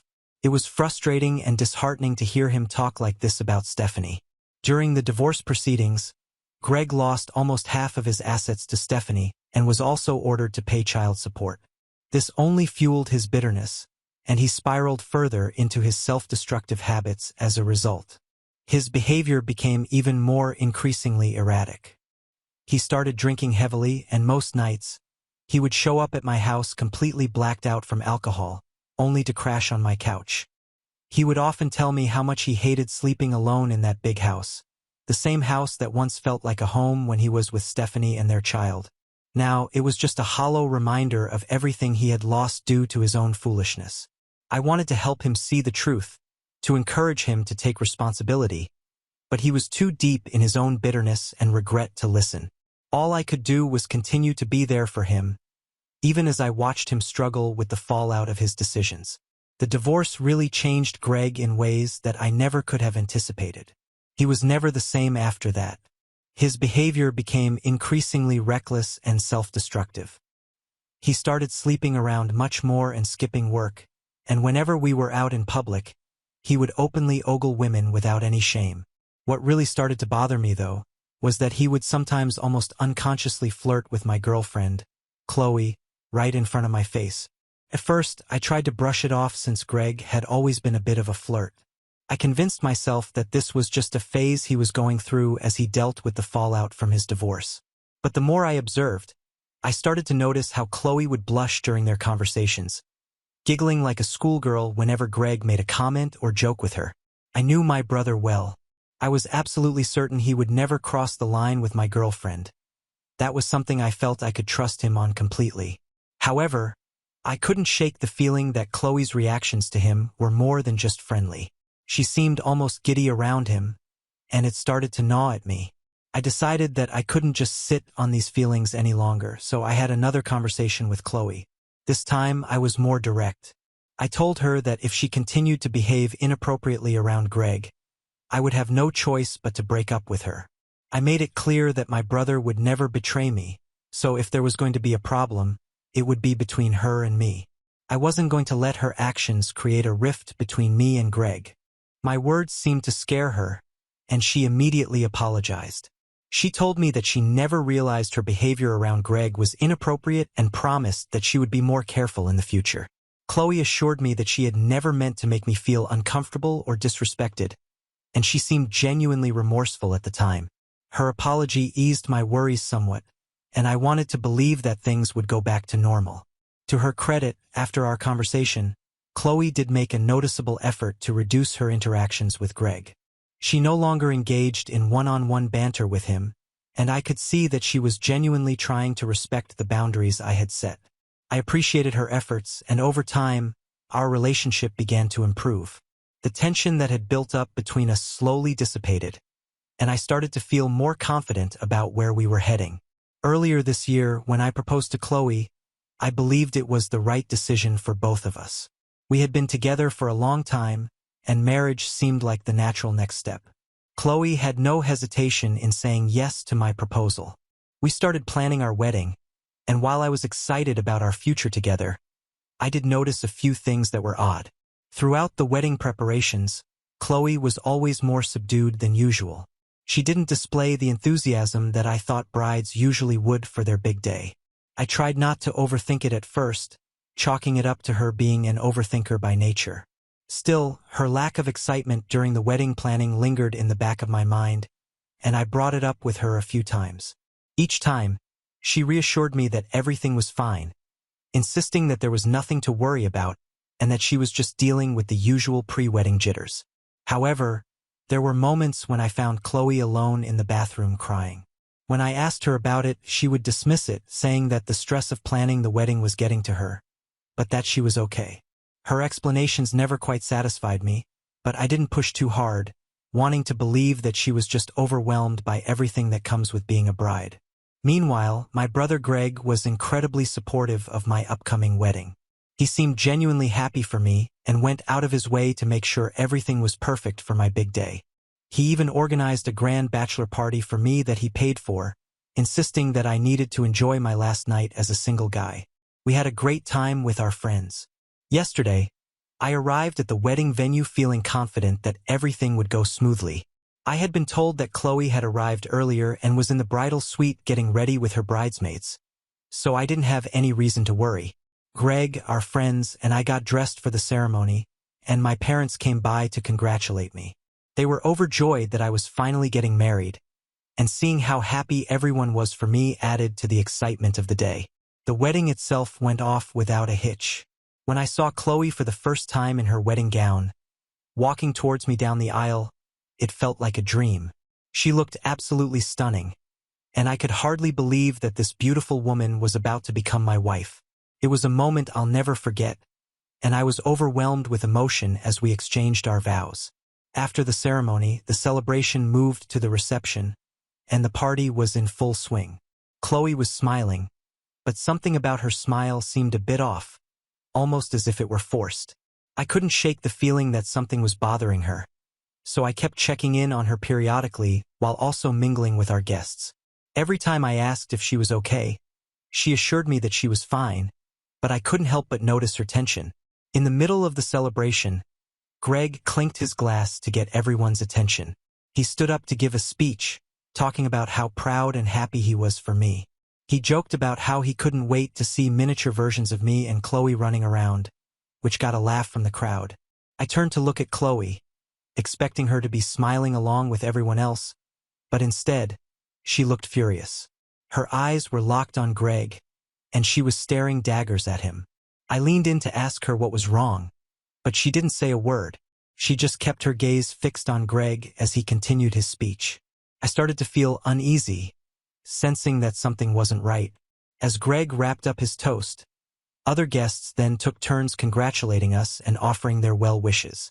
Throughout all of this, Chloe remained silent, her only response being to drink more champagne. I knew she was a light drinker, and seeing her down glass after glass made me even more concerned. As the night went on, Chloe's father took the microphone to say a few words. He spoke warmly about how happy he was for us and how grateful he was to have me as his son-in-law. His words were kind and heartfelt, and I smiled, raising my glass in a toast. I then took the microphone from him to thank everyone for being there and for celebrating this special day with us. In the middle of my speech, Chloe suddenly snatched the microphone from my hand rudely. She got up from her seat, stumbling slightly, and I realized with a sinking feeling that she was really drunk. Concerned, I whispered to her, asking if she needed anything, but she just pushed me aside and began speaking into the microphone. She started with, "I know everyone here is celebrating me and Greg. I see everyone smiling and laughing, but I don't feel the same. I don't feel happy sitting next to this man." My heart sank as she pointed at me, and I could feel the eyes of every single guest turning toward me, their expressions shifting from joy to confusion and concern. Chloe continued, her voice shaking but determined. "For years, I have kept my mouth shut and hidden my feelings because I was told it was wrong for me to feel this way, but I can't keep up this act any longer." I was stunned, as were the rest of the guests, who looked around at each other, clearly unsure of what was happening. Then Chloe turned to Greg, and what she said next felt like a knife to the heart. "I've been in love with Greg for years," she announced, her voice raw with emotion. "Even though I feel ashamed about it, I can't hide my love for him any longer." I turned to look at Greg, hoping this was some kind of sick joke, but the expression on his face was one of pure shock, mirroring my own disbelief. Chloe wasn't finished. She then turned to me to declare, "I am sorry, but I married you only as a consolation prize because I knew I could never have Greg." My mind was racing, trying to make sense of what was happening, but all I could feel was a deep, overwhelming sense of betrayal. Before I could react, Chloe's father appeared behind us and quickly snatched the microphone from Chloe, while some of her brothers rushed over to try to pull her away into a room so she could calm down. Chloe, however, was not done. She kept shouting Greg's name, her voice echoing through the hall as she struggled against her family. I stood there, utterly humiliated, unable to move or speak. Everything around me seemed to blur as the weight of what had just happened settled in. Greg and my parents rushed to my side, their faces full of concern and disbelief as they asked me if I was okay, but all I could feel was numbness. The room had fallen into stunned silence, the festive atmosphere now replaced with awkwardness and discomfort.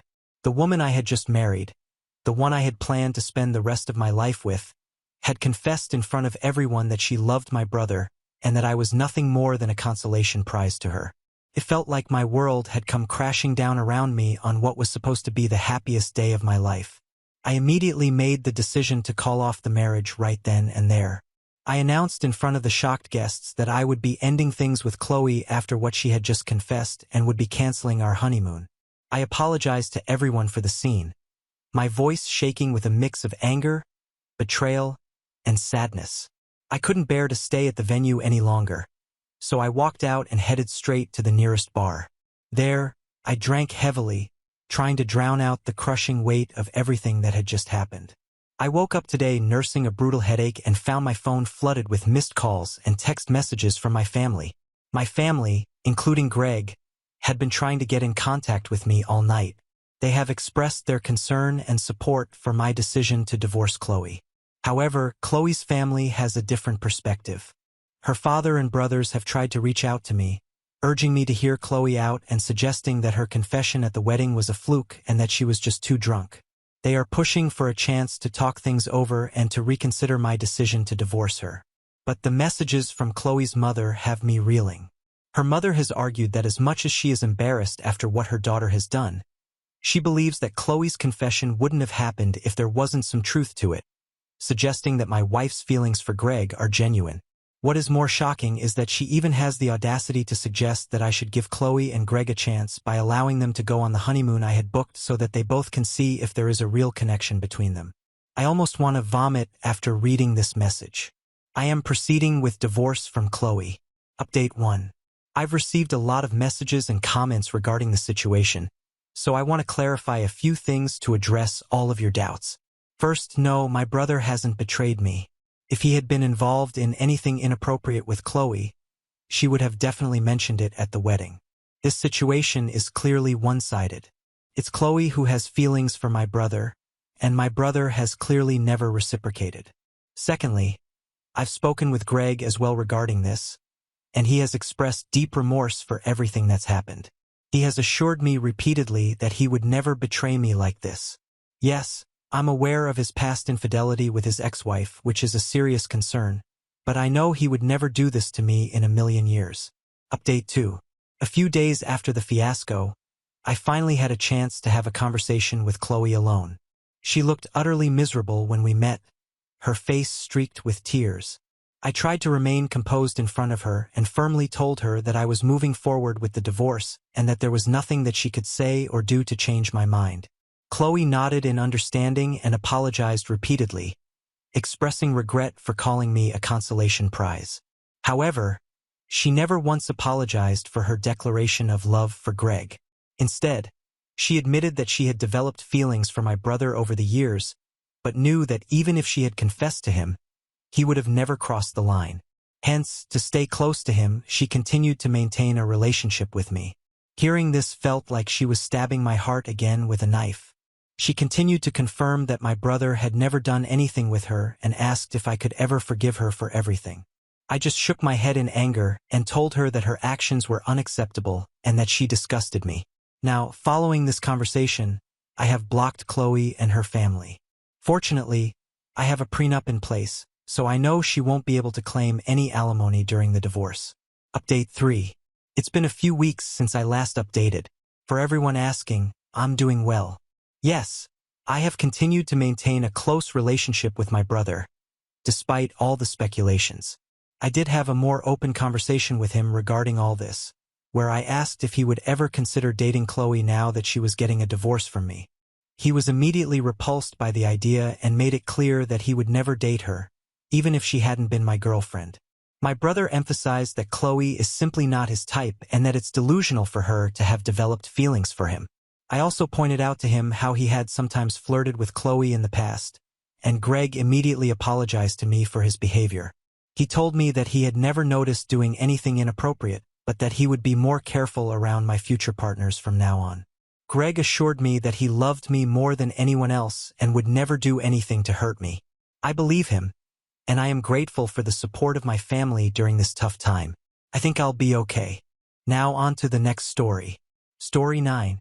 Dad started a new family, stopped caring about me, and now I'm just a guest in his house while he spoils them and acts like I don't exist. When I was younger, I had a very good relationship with my dad. My parents divorced when I was an infant, but I spent weekdays with my mom and weekends with my dad. My dad and I were like best friends, and we had a simple routine every weekend where we'd get 5 Redbox movies to finish during the weekend, we'd go fishing, we'd play soccer, and we'd bike to this little secret playground near the zoo. Something else I was used to was my dad always having new girlfriends that never lasted more than 2 weeks. The only one who lasted longer, a woman I really liked who lasted 2 years, left my dad when I was 10. But my relationship with my dad was the same as ever until I was 12, and my dad met his now wife. This woman has 2 kids, one older and one younger than me. They moved into my dad's apartment after only 2 weeks. My room was already small, but my tiny mattress and 3 small plastic drawers were shoved into the corner of the room to make space for the daughter's bunk bed and dresser. Before I knew it, they started putting my bed in a closet until I came to visit and often would forget to take it out at all. When my dad moved into a bigger house, the older sister got her own room while I had to share one with the younger sister.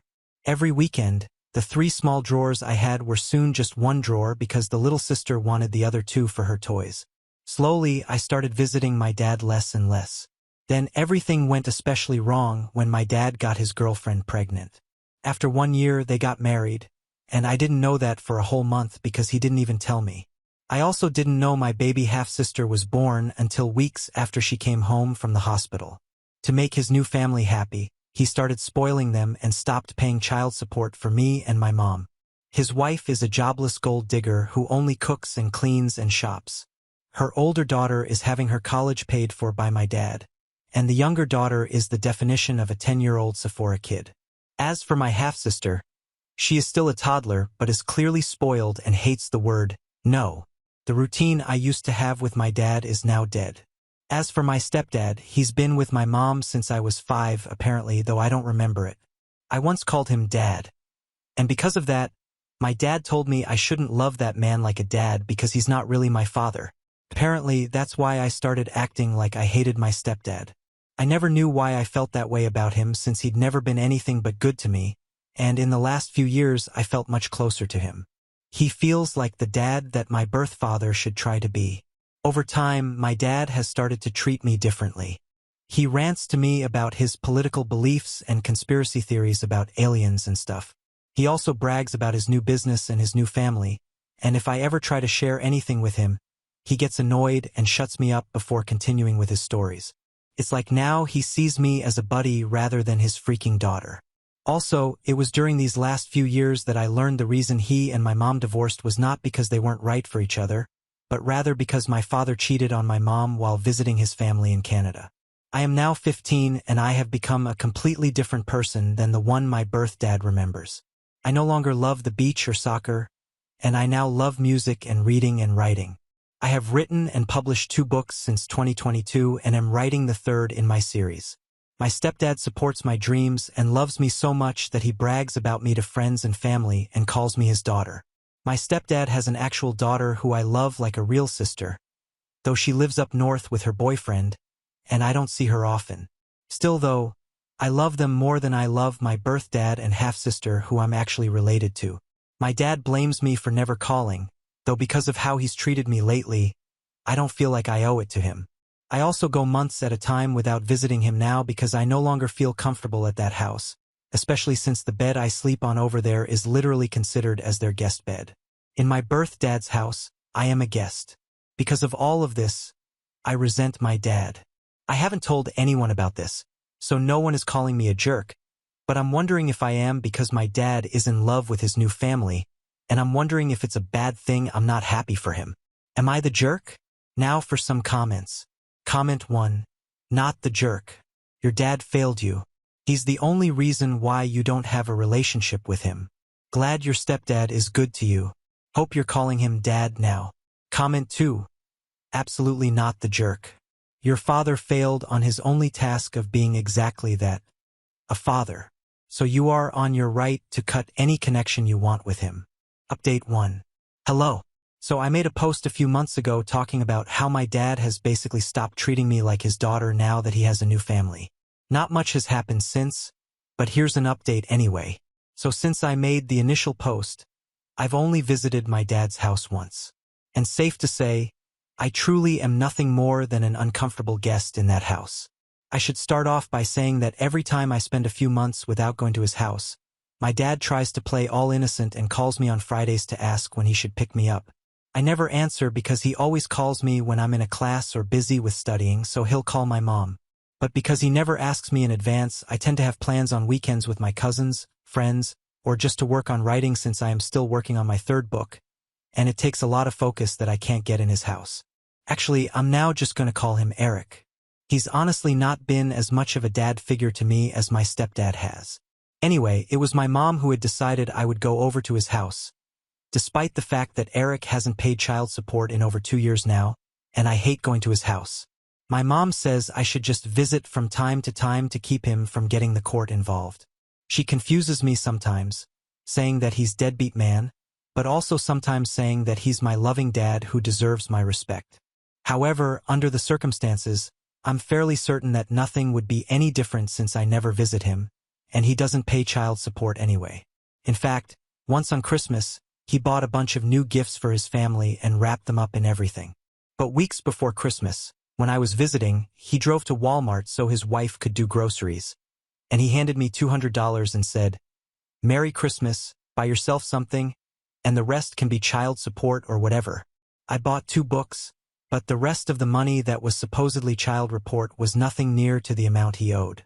I have told my mom I would be happier if he lost custody of me and my stepdad adopted me, but she thinks that's too extreme and says, "He's still your dad. He deserves your respect and love."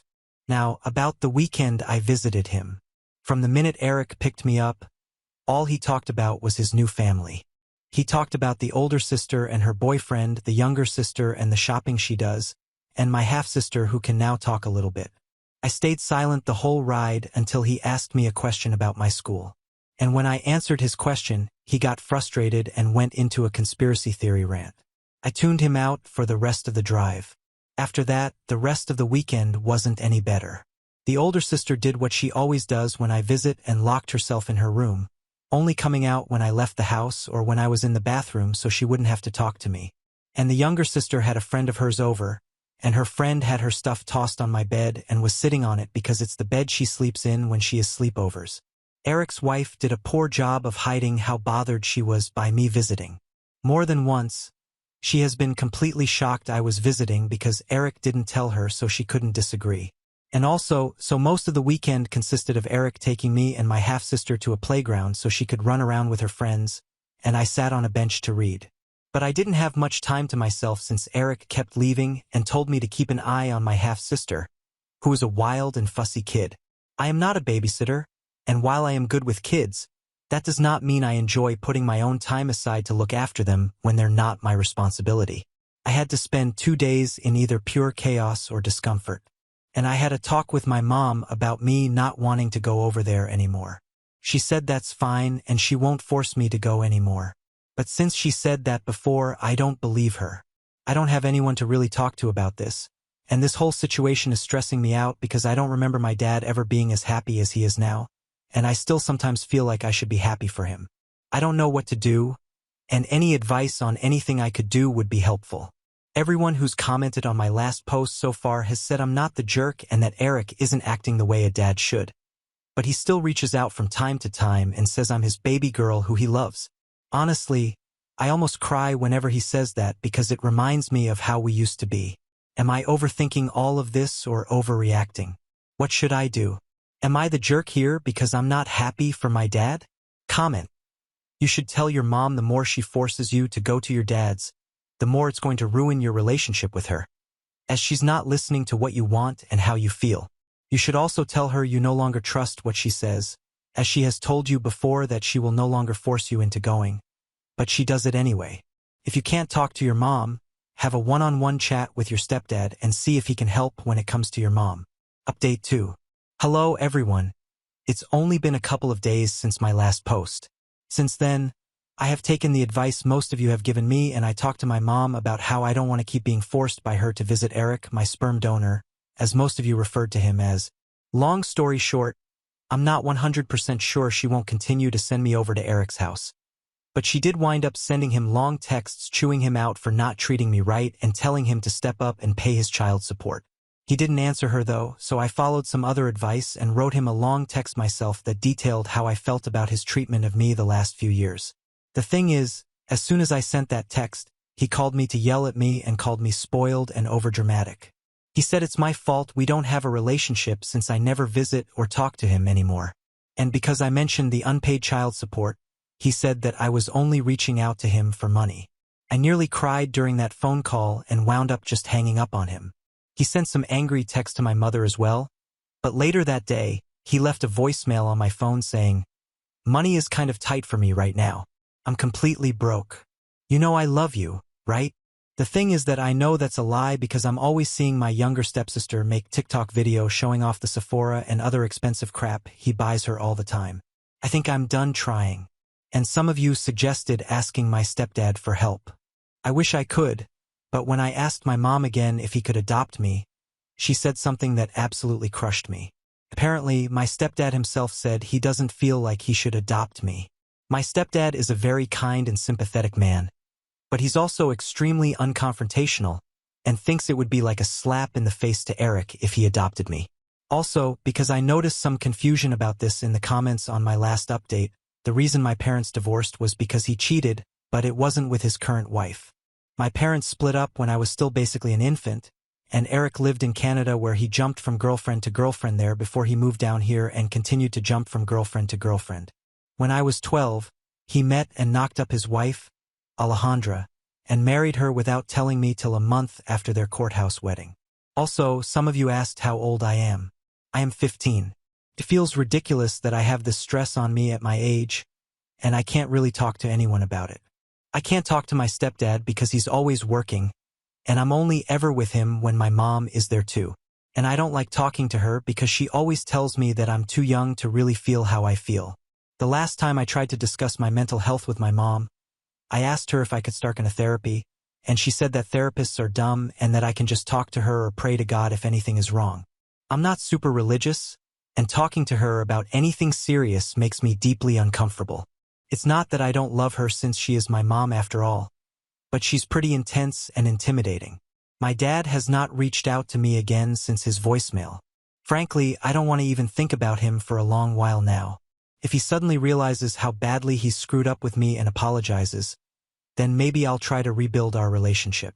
As for my stepdad, he may not want to adopt me, but he still calls me his daughter, never just his stepdaughter, and I truly feel loved by him. I love his parents like they're my own grandparents, and his whole family is so warm and loving. I might make another update if anything else happens, but for now, I'm just going to focus on school and my books. Maybe now that I understand that Eric really doesn't care that much about me anymore, I can finally focus on finishing my third book. I dedicated my first book to him, and I honestly don't regret it. I dedicated that book to the dad he used to be. It's not like he'll ever read that book since he doesn't think it's smart that I want to be a writer, but I don't care. I'm done. Thank you to everyone who gave me advice and told me I wasn't the jerk. I feel so much better with those reassurances. Thank you. Now for some comments. Comment 1. I'd reply that maybe he'd stop being broke if he wasn't spoiling his new family and ignoring his obligations to his actual daughter, and tell him that honestly, he hasn't acted like my dad in years. So let's just stop pretending and he can be happy with his replacements because I'm done being ignored and walked on by someone who obviously doesn't want me there. Comment 2. You say your father sent you a text saying, "You know I love you, don't you?" You should respond, "No, I don't know this at all. I know you say you do, but you have never shown me this love. Love isn't just a word you can throw at me as you'd throw a bone to a dog. Love is a feeling of support and safety. It's a deep-felt knowledge of total acceptance. It's the tissue when I cry, the back rub when I am sad or hurt. It's that wink at a shared joke and the hug of joy and glorious celebration. That, daddy dear, is love. That is what I both expect and need from you. As things stand, you are a horrible disappointment and a terrible father." Update 3. Hi everyone. It's been about 9 days since my last update. I just want to say thank you all for your support and advice. There were a lot of people asking similar questions, and it was all a bit overwhelming, so I didn't respond to any of them directly, but I will answer those questions here before I get on to the actual reason for this update. So a lot of you were saying that I should talk to a school counselor or something.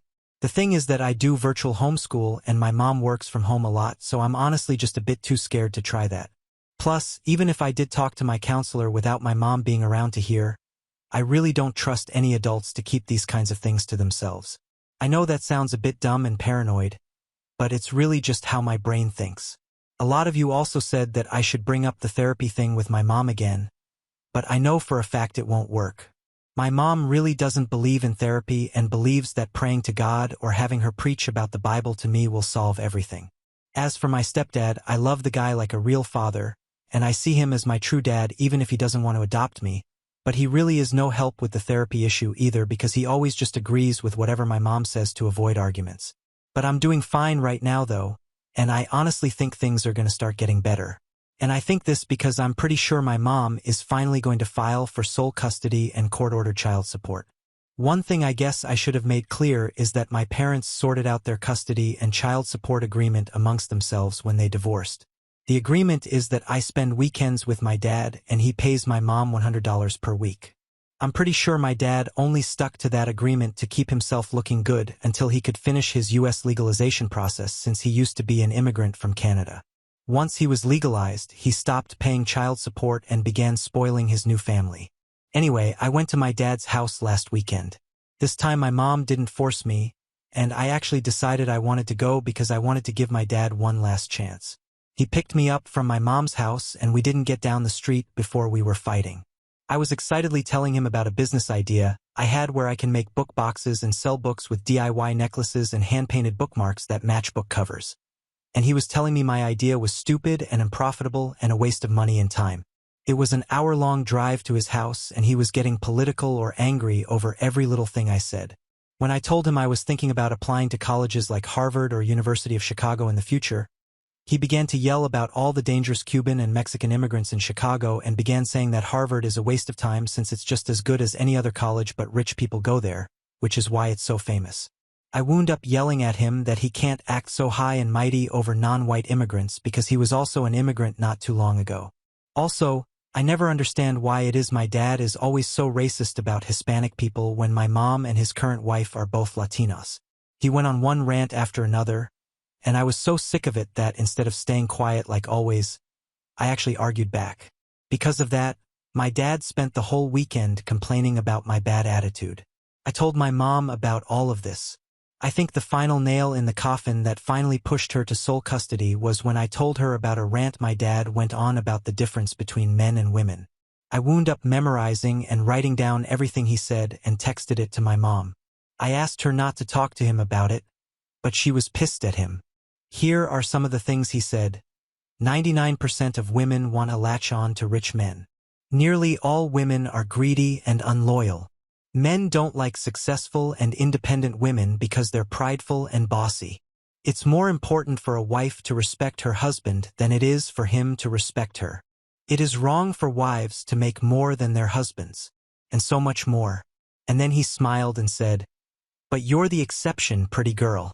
There was so much more that happened just last weekend, like him saying some of my guy friends don't count as real men since some of them are gay, and trying to tell me my summer volunteering opportunity in DR is a bad idea since the people there are different even though my mom's side of the family comes from there. I won't list every annoying thing he did, and I'm finally done. This was his last chance, and he blew it. I just want to say I'm pretty sure my mom is not sending me over anymore. She spent all morning looking for my birth certificate because she's wondering if she needs it for court. She wants to get me full-time, and if my dad paid child support, at the moment he owes a lot of child support, and having him contribute financially would help me so much with preparing for college. Also, I did not mention the names of my books in the other posts.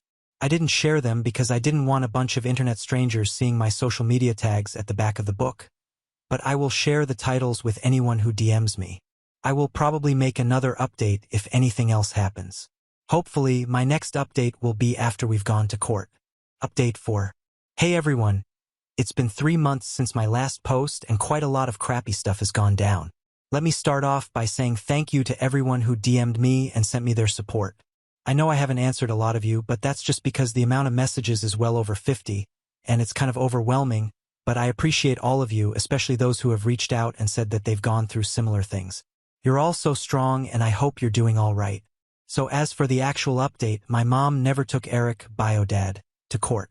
After 3 days of listening to my mom and Eric scream at each other over the phone, insulting each other and hearing Eric yell about child support being stupid and a government con, he sent $200 to shut my mom up and now sends that same amount of money randomly. My mom lied about not forcing me to see him again.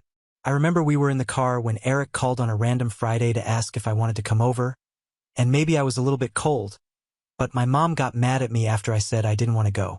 I reminded her that she promised not to force me, and I got yelled at and guilt-tripped into calling Eric back and agreeing. That weekend was awful. Eric tried to fight with me on his sexist beliefs. He complained that I was complaining too much about his inappropriate jokes and stories, and then there was a whole issue about us arguing over women's workout clothes. For some context on that last one, Eric and I saw a couple biking together in his neighborhood, and he commented that the lady was trying to get some because she was in leggings and a crop top. I told him she was just working out and that the guy she was with was probably her BF, plus she was at least 10 years younger than Eric. But he just said that doesn't mean she's not trying to get more guys with those clothes. Women only wear workout clothes to attract man and get laid. At it, I argued with him. I just gave up when I said, if I wear workout clothes to exercise and lose weight to be healthier, am I trying to get a man's attention? And he said, yes. That was that. If there was any respect in me left for that man, it's now completely gone.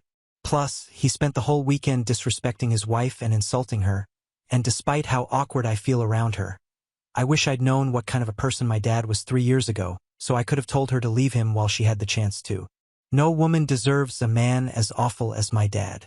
I now feel like I no longer have any father figure at all in my life, and here's why. Weeks ago, I got into a bit of a debate with my mom about adopted kids. I told her I didn't want to give birth as an adult and would rather adopt, and she said I shouldn't bring another person's dirty kids into my home, and she said it would be hard to love grandkids that don't look like me. I know it's kind of a weird conversation for a 16-YO to have. I recently turned 16 this summer, but it came up anyway. When I asked for my stepdad's opinion, I found what is probably the real reason he doesn't want to adopt me. He told me that he doesn't think adopted kids can be loved the same way as blood kids. He said adopted children aren't as lovable, and I realized that despite calling me his daughter and talking about me and how much he loves me, he doesn't love me as much as his birth kids. And also, I have lost all respect for him after this past weekend. There's a lot of stuff that happens in my family, and my mom tries to blind me from all of it, so my cousins are my only source of information. I spent the weekend with my oldest cousin, 21F, and another one of my cousins, 20F, and I ranted to them about what my stepdad had said. After that, they told me something that made me feel more disgusted and betrayed than I've ever felt before. My stepdad cheated on my mom a few years back, and she stayed with him. The reason my mom divorced Eric was due to his infidelity, but she chose to forgive my stepdad and never told me about it, letting me continue to live with a man who did the same thing that Eric did to her. Eric's cheating ruined my life, and I don't think I can look at my stepdad the same way again.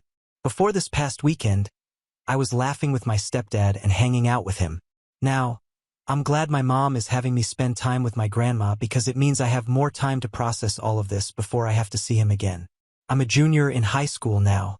I'm planning to work harder on online jobs, applying for scholarships, and more so that I'm ready to get away from all of this as soon as I get to college. If anything else major happens, I'll update again, but this is it for now. Now on to the next story. Story 10. Wife was sleeping with her boss in exchange for promotions and expensive gifts. I exposed their affair to his wife in HR, got them both fired, then filed for divorce. Hey everyone, I was married to my wife for 3 years before she cheated on me. My wife and I were not strangers before we started dating. We had known each other through a charity volunteer organization we both joined, and even though we weren't friends initially, we used to say hi and hello whenever we saw each other. About a year after I joined the volunteer team, I realized I was heavily crushing on her, and this pushed me to get closer.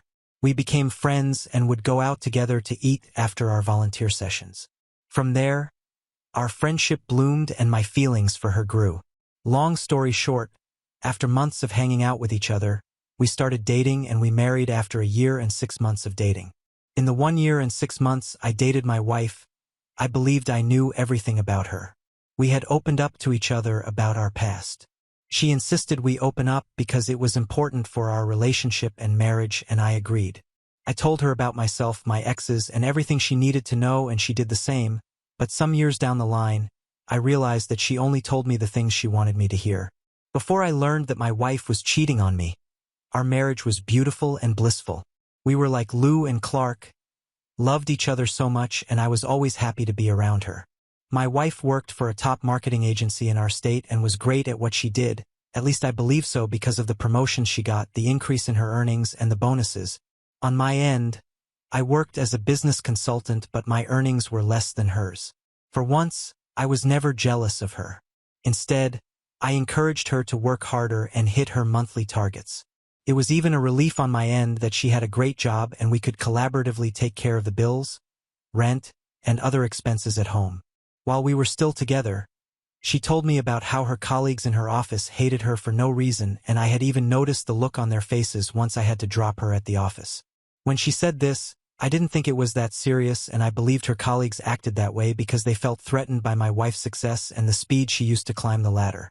Also, my wife was one of those sassy drama queens that loved to draw attention or be the center of attention wherever she went, and she was a high-taste fashionista who loved to wear expensive things, so I thought it was also one of the reasons some of her colleagues did not like her.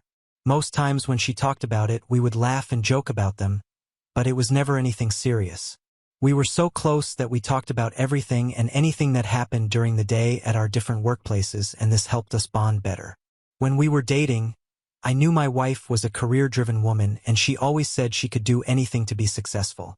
Whenever she said this, I thought she meant dedication, working harder, committing fully to the organization she worked for, and the other attributes that could make anyone successful. I never knew that she would go as far as giving her body in exchange for success. I honestly believe she earned everything she got from her hard work and dedication to her company. The day I found out, I was cleaning our home office. In the past, it was always my wife that cleaned our home office, but she didn't have time to clean it for a while because she had been so busy with work. Also, our home office was in no condition for use because it was so untidy, so I decided to clean it up. After cleaning, I was trying to move things back and organize them, and that's when I stumbled on a hidden stack of gift cards and receipts for expensive jewelry and other stuff from an undisclosed source. Initially, when I saw them, it didn't make sense to me that they were hidden. I could tell they were hidden because of where I found them, but after going through the gift cards and receipts, I knew something was off. Before I made this discovery, I never questioned my wife about the expensive stuff she wore or bought. I knew she was earning well and she loved things like that, and I also believed she must have gotten most of them during discount season like she claimed. I knew I would do my own digging, so I returned everything to the position I found them, organized our home office, and waited for her to come home. When she came home, I welcomed her as usual and we had our regular chats and gossip. Later that night when she was sleeping, I went through her phone and to my greatest surprise, I found out she had been sleeping with her boss. This was a shock, but after I went through their conversation, I understood why she got all the bonuses and promotions. I was angry and thought of the best way to pay her back. Then an idea came. Her boss was a very popular man in our state, and that was because his wife was a well-known real estate agent. I decided to find her online, and I got her direct contact in no time. The next day, I contacted her and asked that we meet. When she agreed, we met at a coffee shop and I presented all the gift cards, receipts, and asked her if her husband gives her as much as he gives my wife. When she saw the screenshot of the text messages I had sent to my phone and all the receipts and gift cards, she was so mad and heartbroken at the same time, and on my end, I forwarded everything to my wife's company HR, and after an investigation was carried out, she was fired and her boss was demoted. While all this happened, I confronted my wife and told her I knew she had been sleeping with her boss. At first, she tried to deny it and said I was beginning to sound like her colleagues, but after I showed her the receipts and chats, she began to cry and said she could explain. She said she had to sleep with her boss because she realized that hard work alone would not take her to the level of success she wanted, and that she did it for us. When she said she did it for us, I almost lost it. I ended up kicking her out of the house, and by this time, she didn't know I had forwarded everything to her HR. She found out after being fired and was forced to move locations to find a new job. After she moved out of my house, my next step was a divorce. So, to make things more difficult for her, I made sure our divorce case was taken to court several hours away from her new workplace. Eventually, we divorced and she is out of my life for good. I pity the next man she will end up with because she won't stop cheating on her future spouse until she gets the kind of success she wants. Meanwhile, never listen to what women say, especially about their past. My wife told me she had never cheated on any of her partners before and wouldn't do such a thing in the future, but she was getting favors and promotions in exchange for her body the whole time. I have no intentions of being in a relationship anytime soon because at this moment, my peace of mind is my top priority. Now on to the next story. Story 11. Overheard my fiancé's childhood friend crying in the bathroom about how she always loved him and the wedding should have been hers at my bachelorette party. Hello everyone. I, 23F, and my fiancé, Elijah, 28M, are due to get married at the end of next month at our destination wedding. Last night was my bachelorette party, and I invited my closest family and friends to come along with a few of my fiancé's family and his friend, Cami, 27F. For some backstory, I and my fiancé met when I was 19 years old. Both of our fathers are business partners and have been friends since I was in high school. One night, his family invited mine over for a party being held at their home, and that was the first time we met. I was attracted to him, but I knew he was older, so I didn't believe I had a chance. As the night progressed, he was hanging outside in his backyard alone smoking, and my sister dared me to go talk to him, so I did, and a year later we began a relationship. My fiancé and Cami have been friends since they were kids, and their families are very close. She's always been extremely nice towards me and wanted to be best friends from the first time we met. I found it a bit odd only because she barely knew me, but I didn't think much of it because she had been dating my fiancé's best friend, Antonio, 28M. We didn't become best friends because I already have a close friend group and I don't trust easily. But she's always been cool and never crossed any boundaries. Last summer, my fiancé proposed to me on a trip to Belize. When the announcement was made, everyone sent their congratulatory praises to us, but Cami. She sent a text the next day to my fiancé only, not our friend group chat, saying she was happy for him. She was a bit standoffish to me since then, but again, I never paid attention, really became I have my own friends in life. About 6 months ago, Antonio and Cami broke up, but never really stated the reason why, just that they want to go back to being friends and be happy with other people. Fast forward to last night. My bachelorette was in a suite at a popular hotel here in Miami, where I live, planned by my older sister and Eli's sister, Ava, 26F. The night was amazing and I truly had the time of my life. We all were getting wasted, and I decided to go to the bathroom, and when I got closer, I heard voices and whimpering like someone was crying.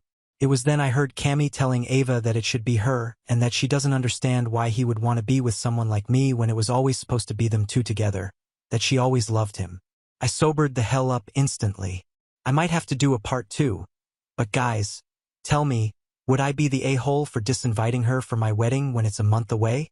Update. November 26, 2024. Wow.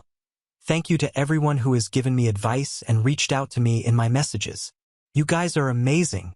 For some clarification, I referred to Cami as my fiancé's best friend because I didn't know what else to call her, maybe childhood friend, but they have never went out of their way to call each other that, but that's how I see them. Okay, now for the update.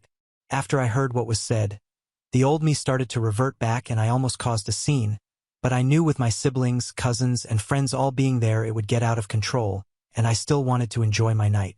But I did continue to listen. Some of you were wondering what Ava had to say about all of this. After Ava was able to calm Cami down, she explained to her that this was not the time and place, and that Elijah would never forgive her if she ruined my bachelorette party. She also told her that she thinks that she should leave and get herself together. I was about to walk in now at the same time they were walking out. I acted as if I didn't hear anything and asked if everything was okay. Cami just wiped her face, looking down, stating that she wasn't feeling well and that she might have to cut the night short. I honestly didn't fight her on it and even walked her ass to the door because TF. After she left, I pulled Ava to the side, telling her that I heard everything. She apologized that I heard it and said that she would reach out to Eli to handle it, but I said no. Some of you also wanted to know why Cami said it should have been her. Did her and my ex have something going on before? I knew they hadn't, but needed to be sure, so I asked if they had ever been together or dated. In response, Ava said not that she was aware of, only that their moms would always joke around when they were teens saying that they could finally be related once Eli and Cami get married. She said that never happened because Eli was never into her. Cami is a gorgeous girl, But my fiancé does have a certain type and it's not her, respectfully.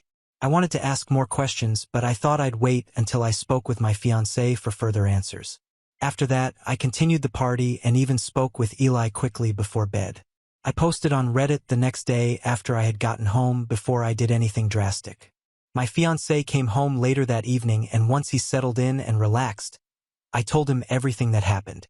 To say that he was irate is taking it lightly. He was absolutely furious. I asked if there was ever anything between them that I was never told about. I asked if they had ever been intimate and if she had ever confessed her love for him before. He made it clear that there has never been anything but a friend's relationship in his eyes. He said that they had never had sex before but did kiss once back in high school playing bottle games with alcohol, but it was in a group and everyone kissed multiple people including Antonio. He said that she has never confessed her love for him and is confused because he's the one that played a role in Antonio and her dating. He wanted to call her right then and there, but I told him to calm down first because being upset would only make things worse. I want to say that my fiancé isn't mad that I heard it or is trying to hide anything. He's upset because he feels hurt and betrayed that she would do this to him and at my party when we were all there to support me. My fiancé can get really protective of me at times. He doesn't like to hear anything negative. I did express to him that I feel uncomfortable with her going to our wedding now. I want people at our wedding who are genuinely happy and supportive of us. Tonight, he texted her saying that he needs to speak with her. She replied saying she will let him know when she's home. So we will see how tonight's conversation goes. He also invited Antonio over for dinner and will speak to him about what's going on because things feel off. A lot of you were also questioning her and Antonio's relationship and if she used him to make Eli jealous. So we will all be present when the conversation does happen to see what she has to say for herself. Since Thanksgiving is in a few days, I will update you guys on how the conversation goes, and if anything new comes to light, just give me some time to get through this holiday. Also, I have a wedding dress fitting tomorrow. I'm so excited. I might make a collage and show you guys my reference photos. Happy holidays. Comment where OP has replied. Comment 1.